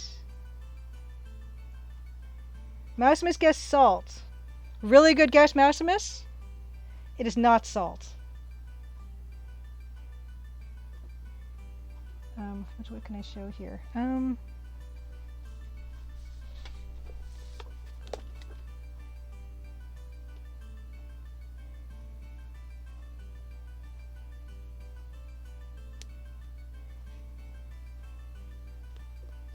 Any other guesses? Is it the one that directs light straight through it? Possibly. I don't know if this has that reputation.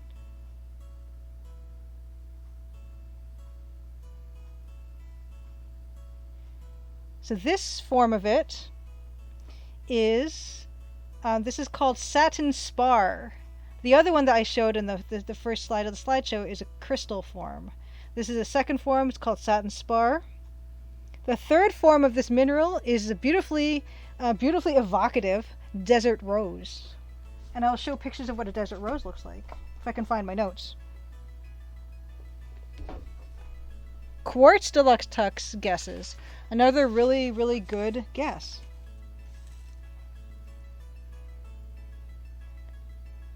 Does it refract with a sort of iridescence? This one actually does. No, I don't think this particular mineral has an iridescence. It does have a moonlight type of quality. And actually, the ancient Greek word for moon is what this mineral is named after. It does look like salt. Not quite salt, though. Also, it also is water soluble like salt. So this is, yeah, this one is kind of, I don't know if this is really a prism-like. It's a bunch of fibrous threads all kind of compacted together. So it looks pretty opaque this way, but it's just funny how crystal clear that is on its side. It is a mineral called selenite, and so let's talk about selenite. Here it is as a crystal. It actually is some of the largest crystals in the world are selenite. There is a cave in Mexico called a cave of crystals in the Nika mine in Mexico, where they can grow 12 meters long, and I've got a picture of that as well. Like, they can grow really huge. But this is the crystal form here on the slideshow. This is also a different way that it can form. This is more like what I've got here, kind of. It can kind of grow into these spars. They're called satin spars. And another way that they look is this. This is one form of kind of a flower form of it. Is it by refringent? Foggish Green asks. And you know what? I'm gonna have to look that up because I don't know. By refringent. By refringent. By refringe.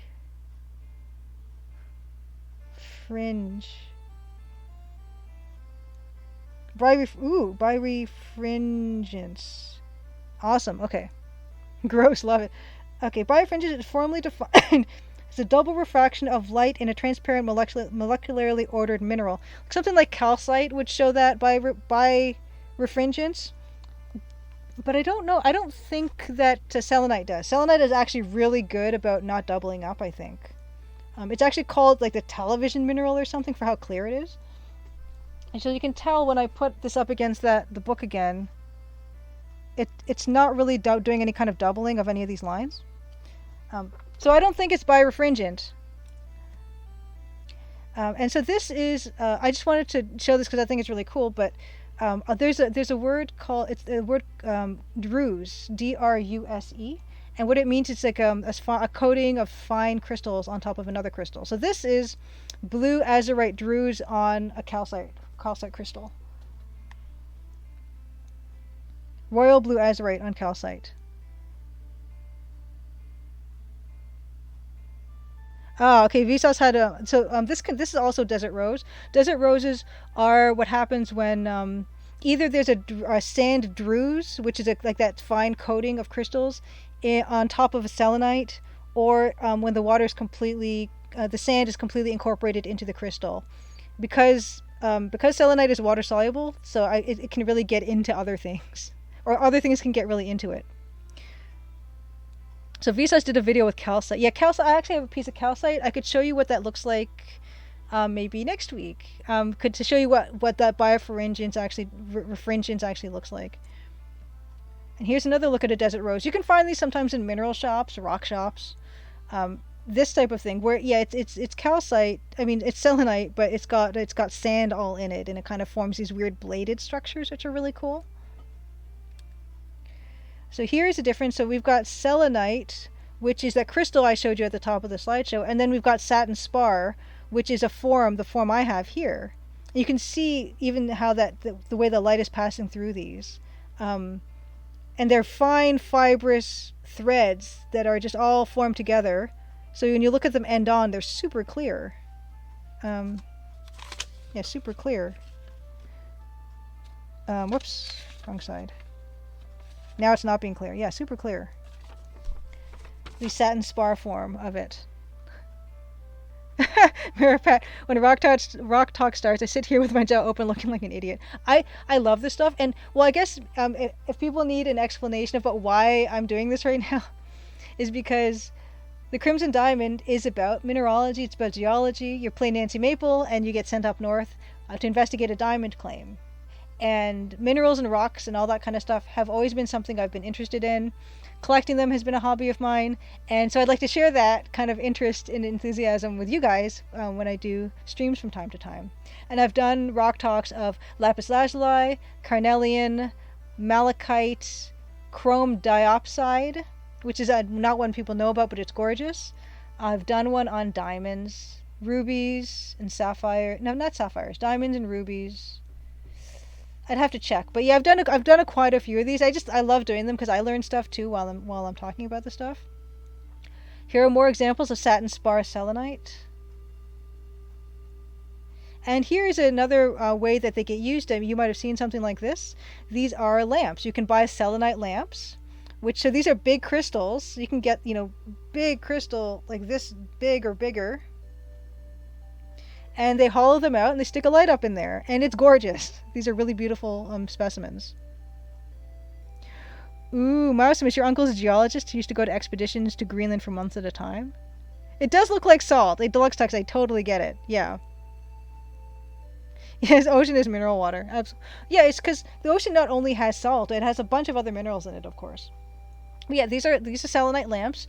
You can buy them, and they're not really that expensive. You can buy like maybe a decent sized one, like maybe this big for like $60 or something, or larger for more money. But they're really gorgeous, and because the way that light transmits them. So these are examples of satin spar selenite that's just hollowed out. And if you do have one, don't put them in your bathroom or don't put them in a moist place, because yeah, like I said, selenite is made of gypsum, and gypsum is water soluble. And so gypsum, another form of gypsum is alabaster, which I'll show pictures of as well, which got used a lot in carvings and sculptures, and like also in drywall and things like that. But it can't be used outdoors because it is vulnerable to the weather. More about selenite.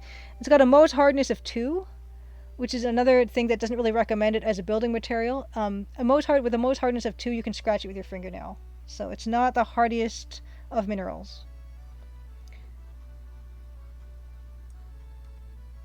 And here's an example. So this is a good example because it shows you alabaster versus non-alabaster. So this sculpture, the head is not alabaster, and the body part is alabaster. And we can see like there's a beautiful translucence in the robe, the toga that he's wearing. It's been used in sculpture in ancient Egypt, Mesopotamia, ancient Rome, the Byzantine Empire, and medieval England. Everyone loves it, everyone uses it. The lamps, Skeevy, good catch that they do look Art Deco. Yeah, there's a lot of Art Deco art and architecture and artist renderings that do have this look to it, so you've got a really good eye. Yeah. So this is an example. I guess this would be Greek or Roman sculpture. And it's also used in fertilizer. Gypsum is used in fertilizer, plaster of Paris, bandages. Those that have got for plaster casts. Those have gypsum in them. Chalk. But yeah, it's a beautiful in carvings. But yeah, it's not the hardest material, and it is vulnerable to the weather. Yes, it's gypsum, and in this particular form, it's called alabaster because it's particularly fine. Yeah. This is from 1323 BC. It's an alabaster perfume jar from Egypt. So everyone was using it. Everyone appreciated its gorgeous translucent qualities and the ease of carving it. And another property we showed was how clear it can be when it's shown on end. And it has been used as window panes some of the times. They're called Alabaster Windows. And this is the Basilica of Saint Sabina in Rome from the 5th century. And the actual panes in the windows are Selenite windows. Because it can be cut like that as well. So this was way before they had like a glass that was probably good enough and large enough to make windows with. So this is, yeah, like I said, 5th century. And here's you can kind of see these are the alabaster windows. So this is thin sheets of alabaster set into these beautiful windows here, and they've lasted, which is kind of amazing. This is a different, another different. This one is in Italy. I've written it down somewhere. This is Casamari Abbey in Lazio, Italy. This is from 1203 to 1217 is when it was built. And those windows that you see, the rosette window and the other windows, they're called alabaster windows. So they're selenite or gypsum. And they let that light through so beautifully. And here's an example of a selenite crystal, and you can see how clear. It's wonderfully clear. You can see why it was used occasionally as windows. Just because of that is amazing. I love that it can look like this. Like, it's amazing to me that selenite can look like this. It can look like alabaster depending on the composition of it. And this will give you an idea of how plentiful gypsum is. This is in New Mexico. This is called, I think it's called the White Sand Desert. I've written this down somewhere. It's a very famous desert in New Mexico. And the interesting thing about gypsum sand apparently is, because I was actually looking through my 50 minerals that changed the world, and there's an entry here on gypsum. It talks about the White Sands National Monument. Unlike other types of sand, white gypsum does not absorb the sun's heat and is comfortable to walk and sled on even in the hot summer. So that's the picture I have. This is the picture that's in my book. Yeah, it's this beautiful, and it's a whiteness that is so white that the sand dunes have this beautiful sky blue shadow to them. Yeah, let's see. Yeah, under very special circumstances, gypsum can become eroded into fine white sand. Yeah. Usually, gypsum crystals would dissolve by rivers and be carried to the ocean, but in high, dry, mountain-ringed places like New Mexico, just the right conditions for these crystals to accumulate and form this amazing natural wonder. And even my DK Smithsonian Rock and Gem book, I think it mentions that same sand as well. Yeah, it says here, huge expanse of deposit of white gypsum sands in New Mexico. So here's that one. That picture at the bottom here. You can see how blue those shadows are. It's completely amazing. And to think that when the sun is beating down on this gypsum sand, it's actually not hot to the touch. It's kind of magical when you think about it.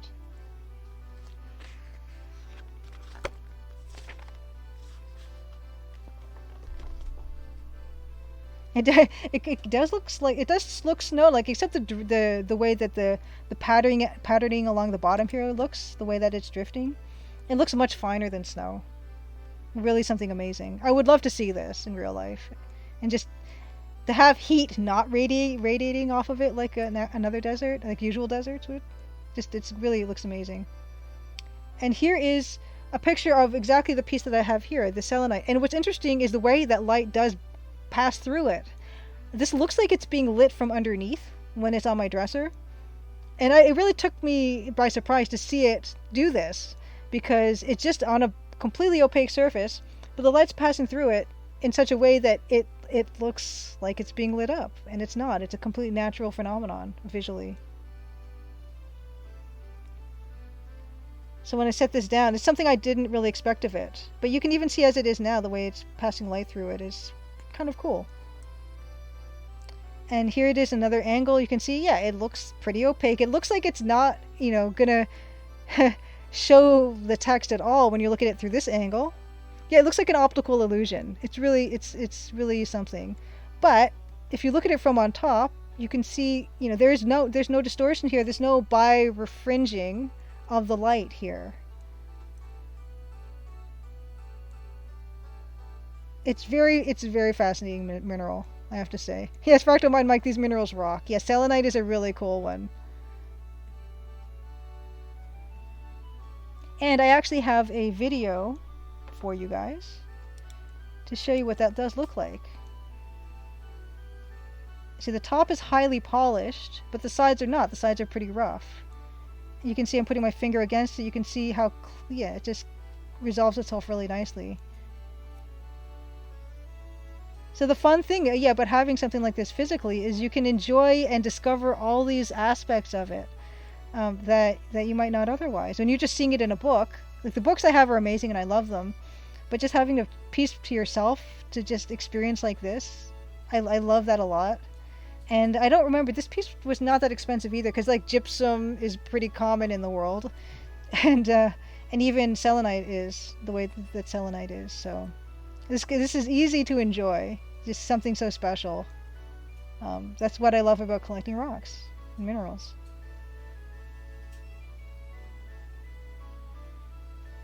And that's that. That is the selenite. And so yes, next week I do have some more things in my collection I would like to share. I'm really excited to share them.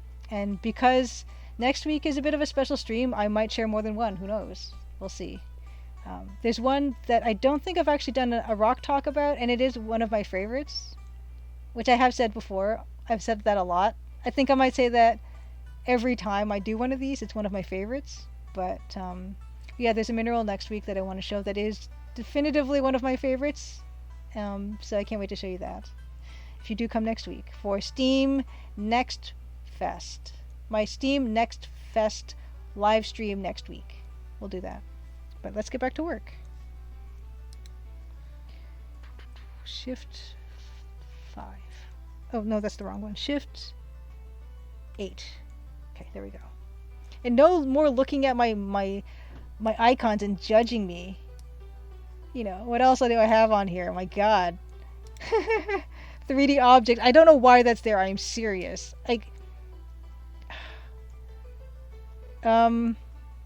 No, I'm not even going to open it. I'm scared.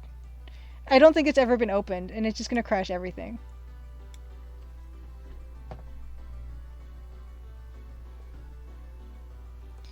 Alright, back to here. What was I going to do next? Oh yeah.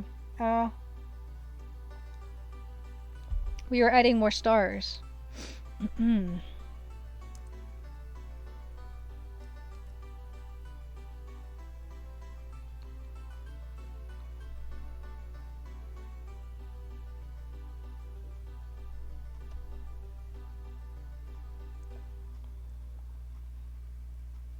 Oh, sure. Yeah, I'm going to try... I will try the cyan.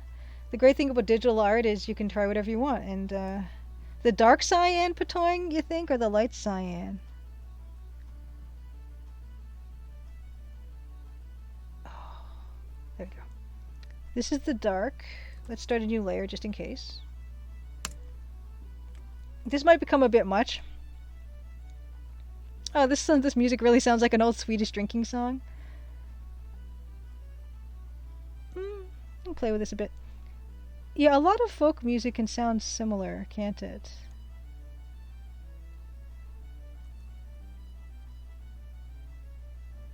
Both will work fine. This is now where we get to be like, there's way too many colors in the sky.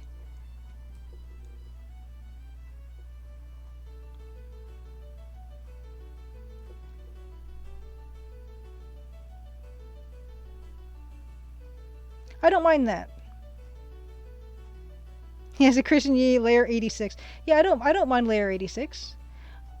But what I think I'm gonna do is I'm gonna just fill in more of these with the nice light cobalt. I'm quite fond of that. I'm going to do a bit more of that. Because now I just want to feel like there's too many of the bright ones in the sky. Oh, I'm 80% again.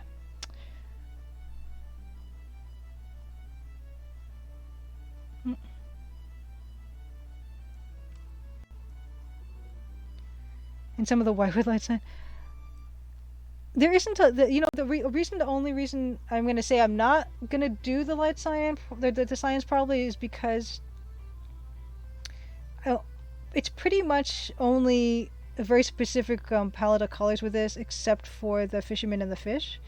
And I think I want the fish to stand out. That's the only reason. I mean, I'm not going to say never to doing them. It's still extremely possible that I will.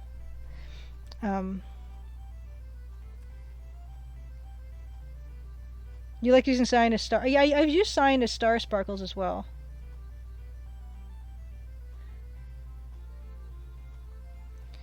I have done sparklies as well. I think in the Crimson Diamond logo there may be. You're resisting the temptation to make a bunch of Get Smart references, Deluxe Tux. I don't even have any Get Smart references. I never watched Get Smart. There's probably like a modern movie and then also an older TV show. Ha! Make one star red, the real Crimson Scar, real Crimson Star, the like Mars or something. Ooh, original version of the song you're thinking of, Holzen, was not about drinking but very old. I'm pretty pleased with this. I'm wondering. I'm thinking about giving his boots more shade because they look a bit bright right now.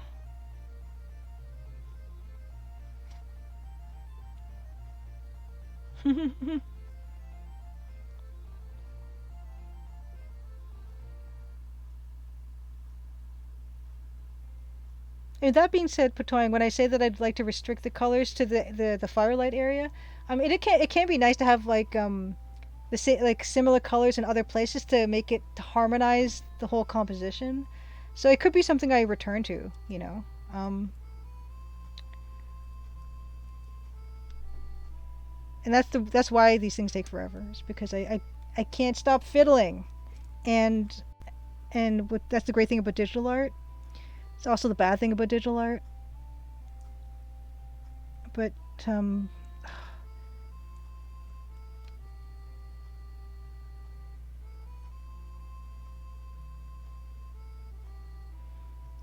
oh, Deluxe Tux says, I bet you know some Get Smart references and don't know it. Sorry about that, Chief, and missed it by that much. Are both references?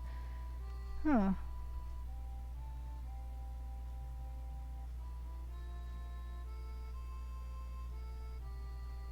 Possibly.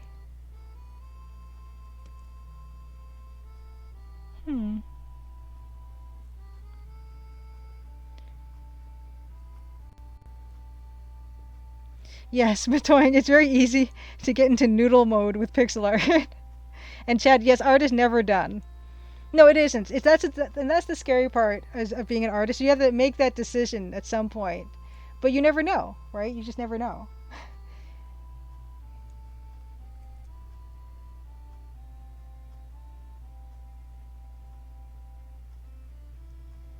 Oh yes, the shoe phone as well.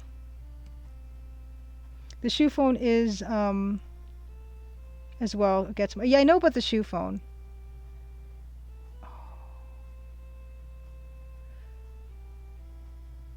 There we go. There we go. illegal color at the back of the log. Yeah, what's happened is yeah, it happens sometimes when I get really lazy and clumsy with stuff and my opacities aren't great. As I can already see, some of this is not proper. There's definitely something happening back here that shouldn't be happening. But like what I usually do is before I am done with something, I'll do a pass where I just eyedropper, I magic wand select all 16 colors, and I I paste in the proper color. So I don't worry about it as I'm doing it. I just give it one, like I give it 16 passes of the colors before I say that it's completely done. Because that does happen.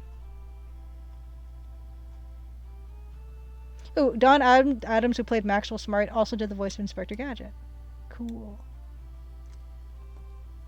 Yeah, yeah, exactly, Patong. Yeah, I can see them too, and it's actually I'm amazed that you can see that in the video, because I'm sure the video is not the best quality.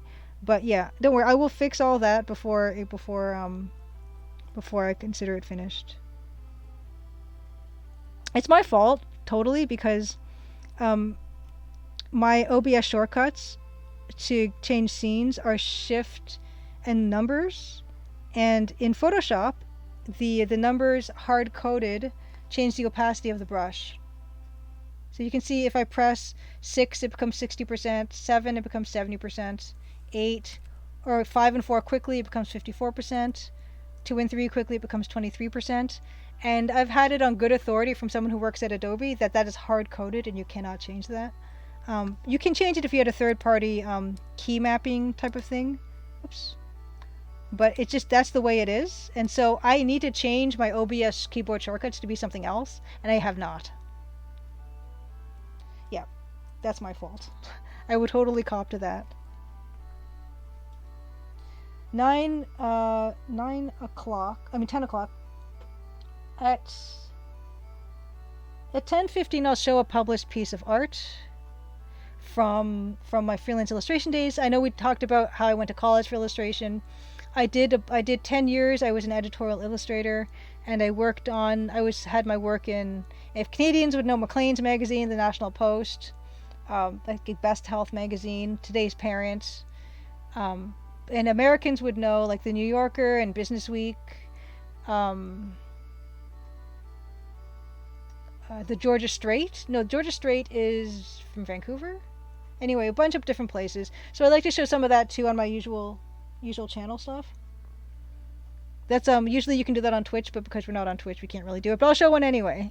Yeah, and Patong, the indexed mode in Photoshop, we all want to know why we can't use the indexed mode in Photoshop with layers.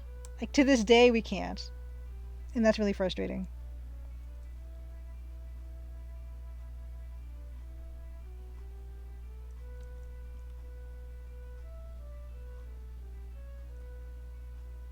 Yeah, and Patong, you're not alone.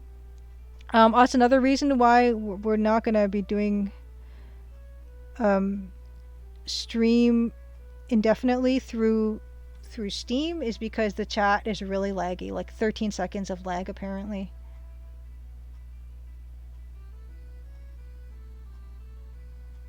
Yeah, Davor, I don't know why. So I mean, you know, if we go up to mode, indexed color, flatten visible layers and discard hidden layers. No, of course I don't want to do that. But that's the only way you can do it. And I don't know why, because that's not what the other ones say. I don't think. Don't flatten. I have the option, and if I want to turn this to grayscale, I have the option not to flatten. You don't get that option when you want to go to indexed. You get, if you want to change this to CMYK, you have the same option, don't flatten. But index color doesn't give you that option, not to flatten. It's very strange. There must be a technical reason, and I should ask my Adobe guy what that is. And if, you know, because I would sure like to know. And it wouldn't just be handy for EGA art, it'd be any limited palette pixel art could really benefit from that. Guess I'll have to use another drawing program. Haha. We have a comedian.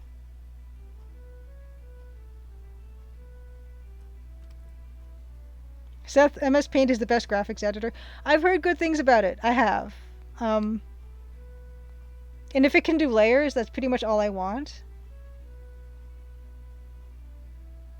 Ooh, Chad's wondering if that 3D object thing is something from this newer version of Photoshop. Post Photoshop CS2 started adding more 3D manipulation. Yeah, I have no idea what that folder is. I don't.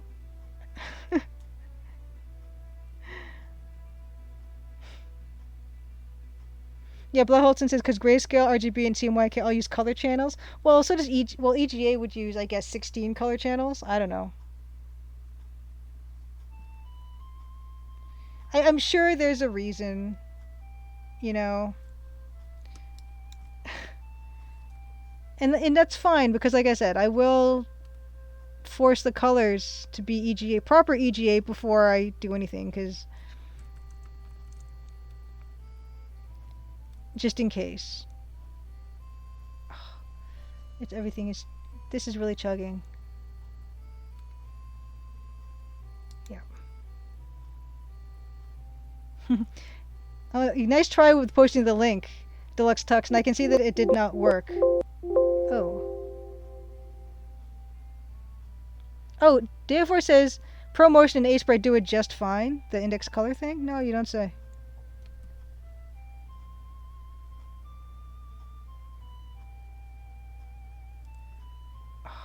What is going on? Why is this so laggy? Weird. KidPix, Seth recommends. I've not heard of KidPix.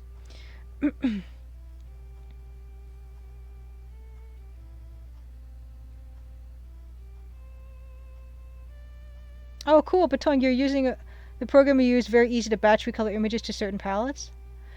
Nice. Yeah, I just, I'm usually working on something. I'm working on one thing at a time, so I don't have to be concerned about doing batch stuff. But it's good to know because, ugh. I guess it's like for photographers and things who like a certain look or something, they can do batch stuff. What is going on? Why is this taking... Yes, art in Mario Paint. Mario Paint is adorable. I don't have a console though. I guess I could get an emulator up and running or something. And index mode in Photoshop isn't allowed to have transparency, which is fine for me. Oh, would be why for some reason? Yeah. That's okay. I'm definitely more of an artist first. I don't know anything about the technical stuff of my tools. I just want the tools to work. And I'm happy with that. I couldn't have been one of those old school people who built tools and used them. I just want them to work, and I panic when they don't.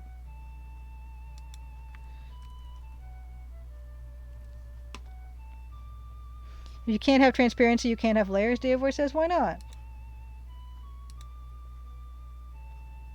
That's better. I do like his boot with the...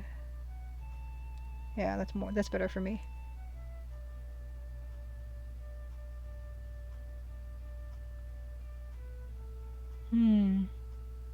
Too niche for Adobe to care, Masma says. Maybe.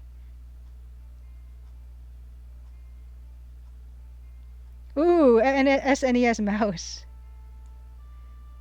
The Crimson Diamond music converted to Mario Paint Composer. The Crimson Diamond will hopefully have MIDI tracks that people who still have Roland MT32s or any type of MIDI synthesizer will be able to play. That's the hope.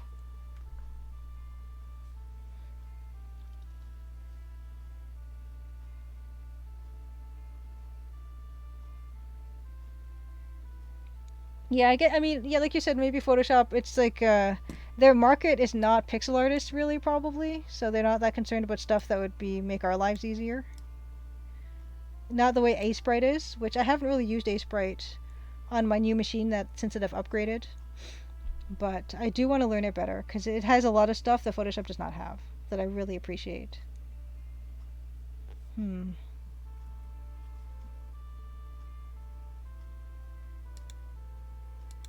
Yeah, definitely like the boot like that. And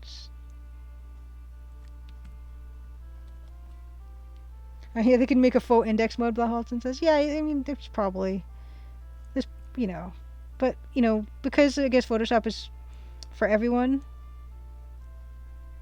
There's probably good reasons why they don't want to. I don't know. I'll still use it.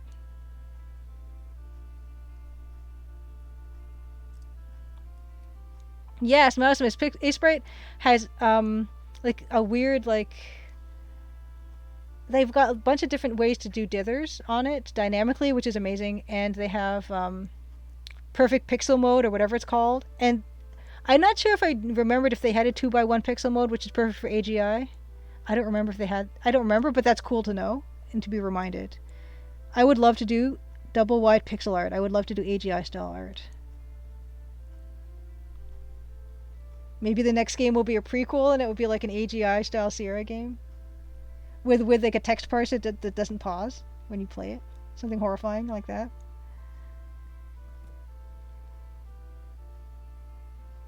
Oh, Adobe Fresco for iPad. Might have pixel art tools. You're using Procreate, Skeevy City. Well, Procreate. I want to learn how to paint better in and I know Procreate's really good for like just regular digital painting, and I would love to learn how to do that. It's on my laundry list of things I want to do after this game is released.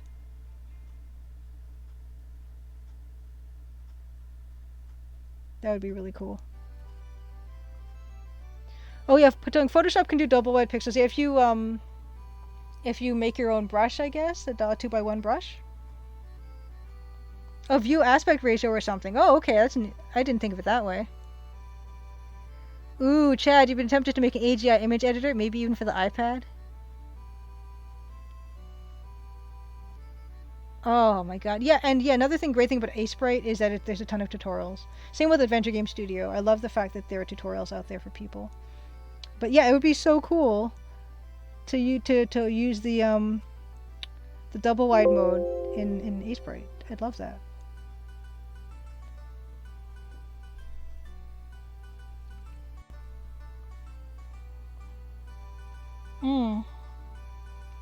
Oh, on YouTube and on Skillshare as well. I know someone. Oh my gosh. Was it one of you, Edenwaith or somebody, did this thing where you could use like what looked like the Mac OS type of pixel art, that 1-bit pixel art on iPad. And I saved it. Now I can't remember where that is because I wanted to look at it and try it. Oh no. I think it might have been Edenwaith. Because I love that look. I love that 1-bit Mac pixel art look. Like World of Horror has it, and in a way, kind of Return of the Obra Dinn has it, but in 3D. I love it. I need more of that in my life, and I want to make something. Chad, that was okay. Yes. Yeah, I need to see. I don't know if you messaged me or something with that, but I need to try that. It's gorgeous. Oh my gosh. I love that look. I would love to do a game like that.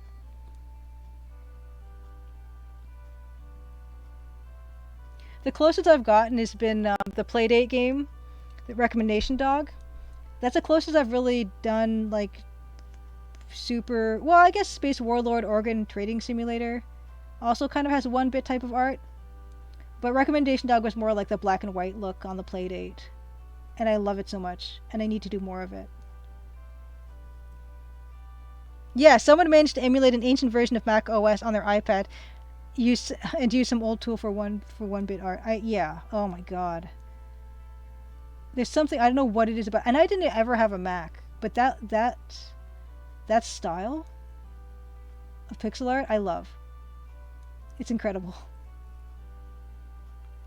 Oh, cool. Chad, that's so good to know that my work on Playdate is why you started digging into 1-bit art and then purchased a copy of the Obra Dinn game. Yeah, Obra Dinn is amazing. I recommend it to anyone who loves adventure games. It's a really special game.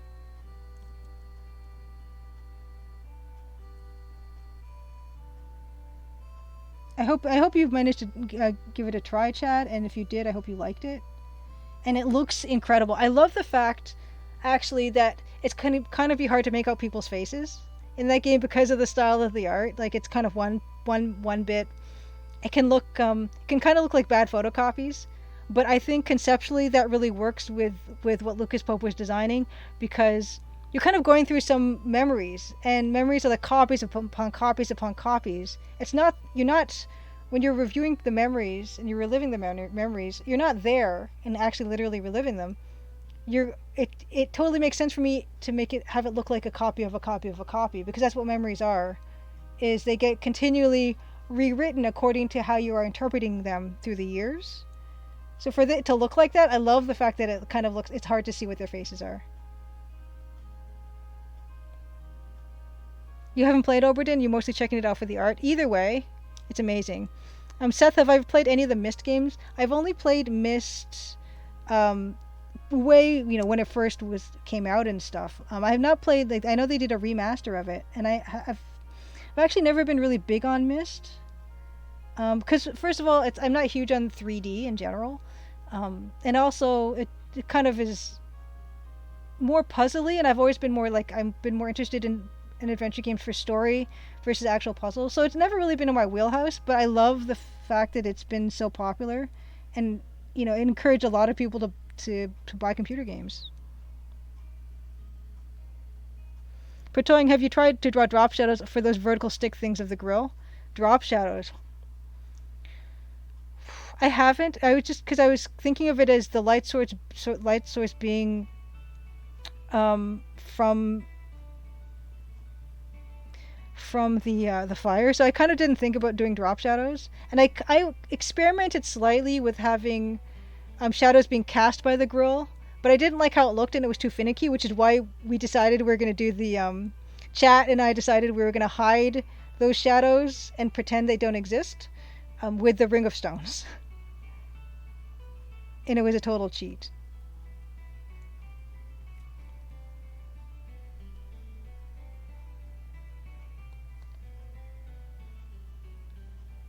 Yeah, the fire would cast shadows, and the lake shadows. Yeah, the fire would cast shadows, but I was having like a real tough time on earlier streams making it look right, so I was kind of cheating it. The fire is wide enough to cast light on both sides of the legs. Yeah, I didn't have like a real shadow on the leg before, but I felt it was missing a sense of dimension. So I kind of added that just now.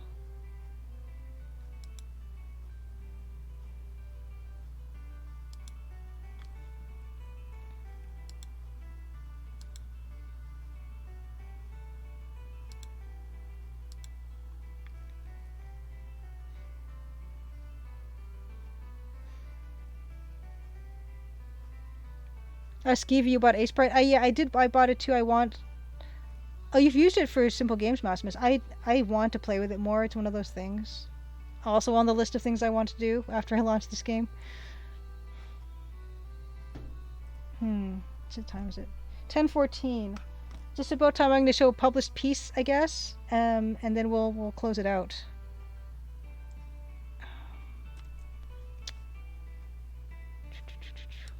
Okay. So published piece. Let me see what I got. Oh, the arm shirt contrast is too low. I'll have to take a look. Just hold that thought, and hopefully the chat won't have scrolled up too high, and we can't scroll it back. I see a scroll bar. How come it doesn't scroll? It's super weird. I see a scroll bar, but it doesn't do anything. Yeah, I will take a look after I get the published piece.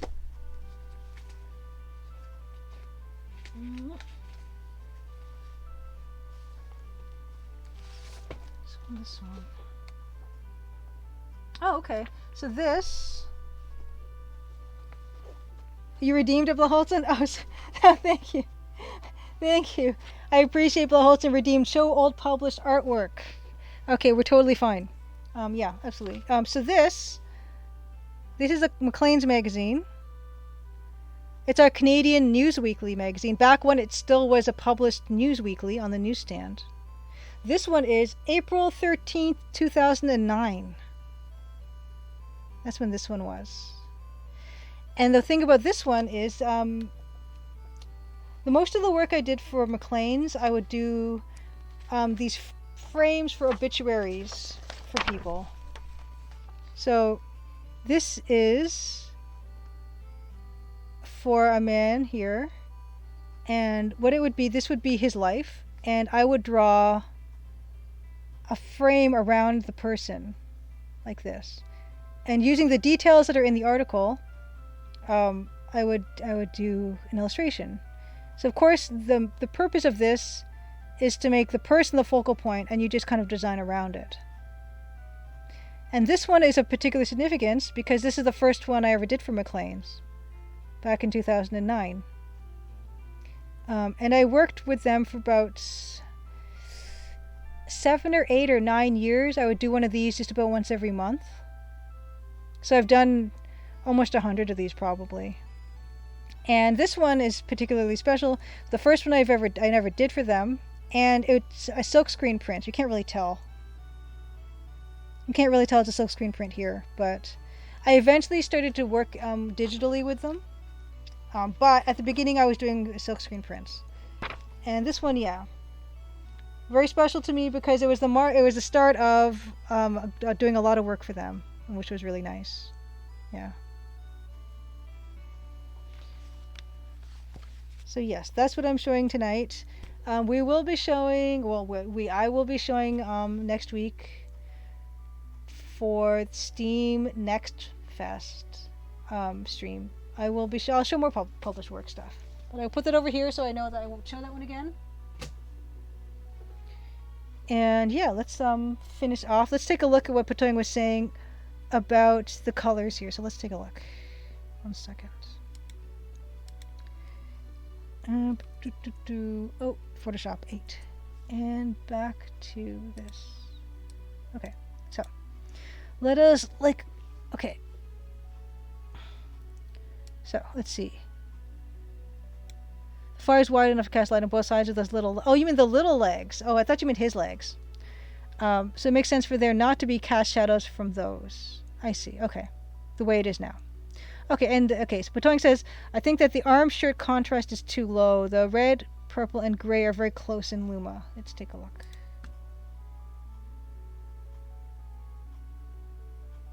Oh, wait. Someone is just in,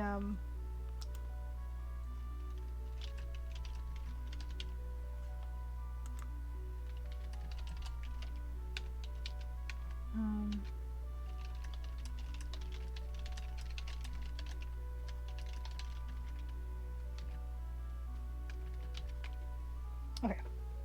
Right. Okay. Let's take a look. Arm shirt contrast. Too low. Red, purple, and gray are very close. Red, yeah, so the red, this part here probably, where that's the shadow there.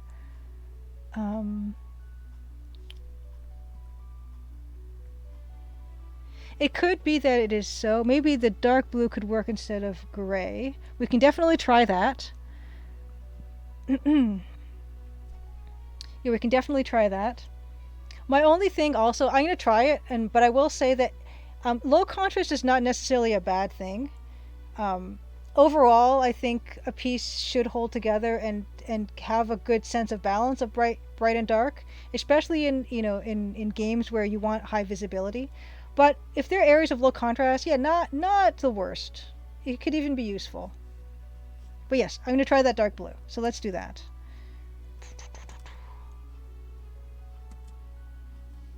And maybe even like this, a dark cyan. Well, I wouldn't want to use the cyan because that's the fish, but maybe a different color. We might even want to use the light cyan or dark cyan or something. I mean, the light blue or the dark blue. But let us see what we can see about the dark blue. You could have something here, you know. That is also very nice.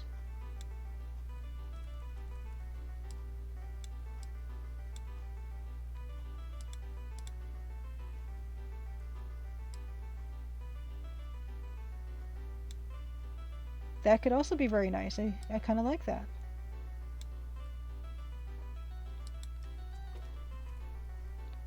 Kind kind of looks like a hole in them a little bit. I could maybe dither it. That's another option, you know. Let's try that dithered, because that could work to help with the contrast. So let's dither in the blue. Yeah, yeah. The Luma scale is a bit meh, to put it lightly, for EGA. Well, no, it depends on what your taste is, Patoing. Because if you're like me and you like everything turned up to 12, then EGA is great. But if you have some sense of restraint when it comes to color, then yeah, EGA is not going to be the best choice for you.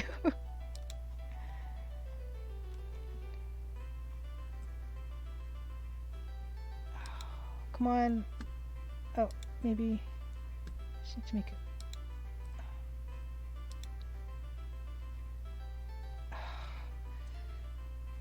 How do I make that just default? There we go. Okay.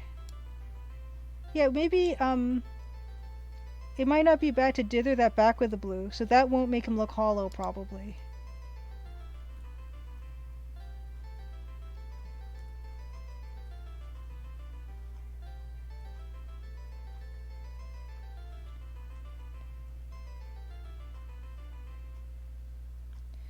Yeah, it's a bit cool. Yeah, I mean, I feel like... Oops. Wrong thing.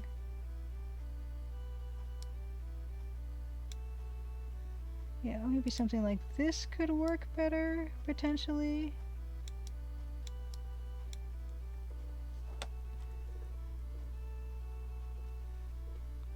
You know what I should have done? To really compare, I need to just make another... I need to make another layer. That's what I need to do. How many steps of undo do I get? Apparently not very many. History.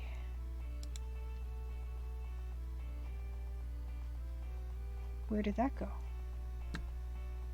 Where did history go? Huh. Ooh.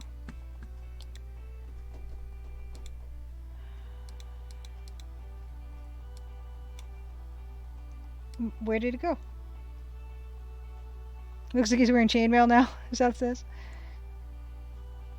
The dither does not do it for you.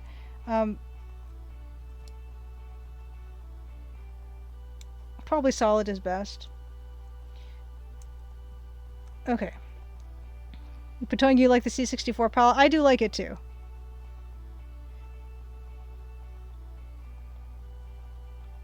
Skeevy, yes, I am using Creative Cloud. I found that even though it's kind of chugging right now, it chugs less than CS2 for some reason. I think it's just optimized better for newer machines.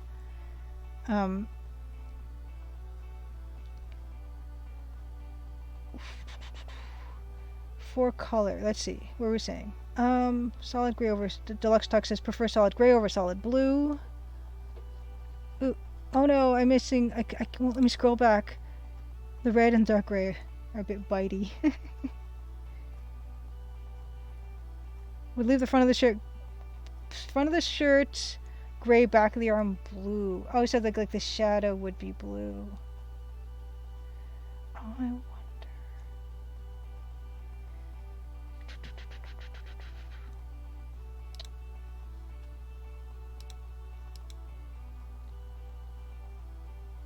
Yeah, I think for him, I think the natural thing is not to want to dither, but let's try this again. Okay, let's try this again. Back of the arm blue. That's not bad. Oops.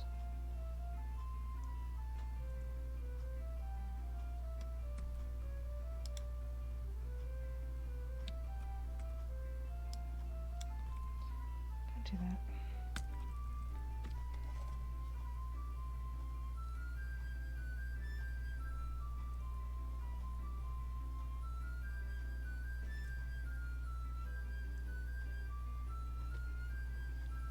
There is something about the blue shadow that I do quite like. I will say that. There is something that's very nice about it.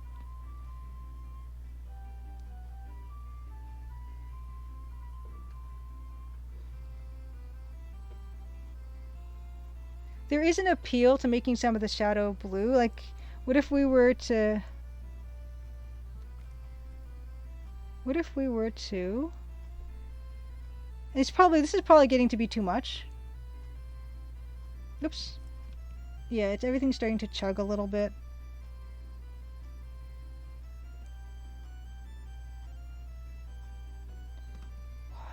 Oh, maybe the threshold is too high.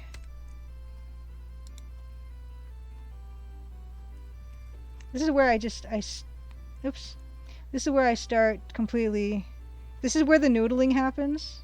Where you go, well, what if I made some of the... Oh, it's too cool. You know, what if I made some of the shadow that he's got on is this blue, you know? Which it's... There's something about that I like, and then there's something about it that I don't.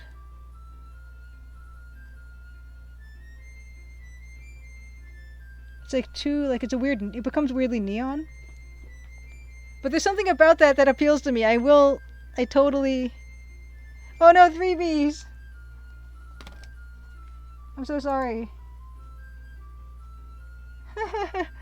I'm so sorry you were chatting with the recording. Yeah, I just, it's a matter of, I wanted to simultaneously stream through Twitch and the Steam store page, but Twitch doesn't like that, so that's why we're here.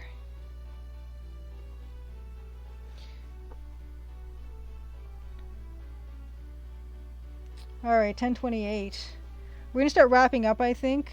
There is something about the blue on his back of his leg that I find kind of appealing. So I'm going to kind of leave it where we are right now.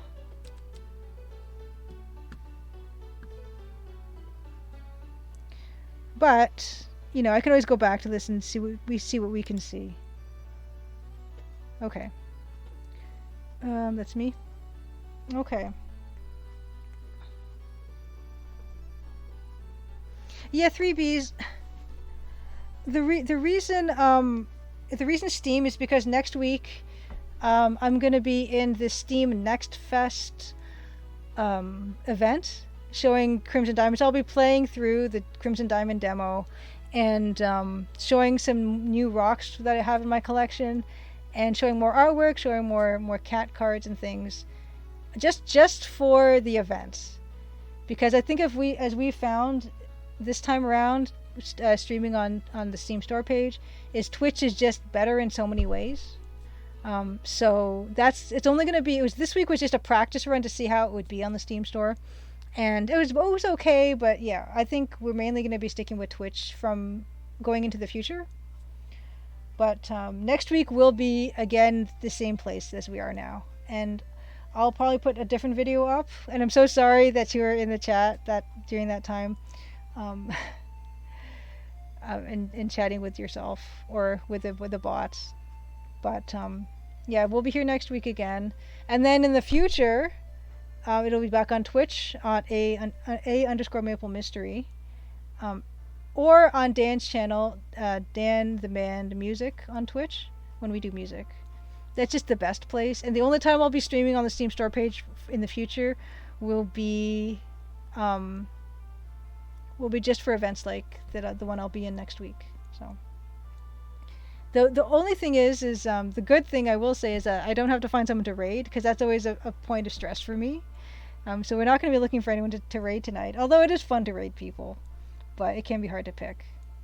But yeah, so yeah, Steam does have a streaming feature. I didn't know about it either until I started participating in some of these events, and the events are really good for wish listing, so I've always tried to participate when I can. But yeah, but thank you.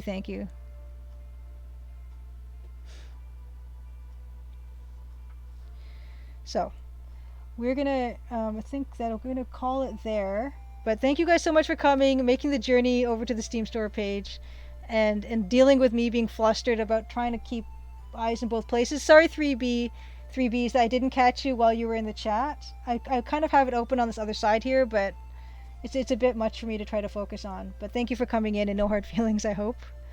And see you guys next week. It's going to be a special fun dev commentary. I'm going to show some books that I haven't shown before. A lot of fun stuff. Hope to see you guys next week. And yeah, it's been a fun time. So have a great night. Happy Crimson Tuesday once more. All right. Good night.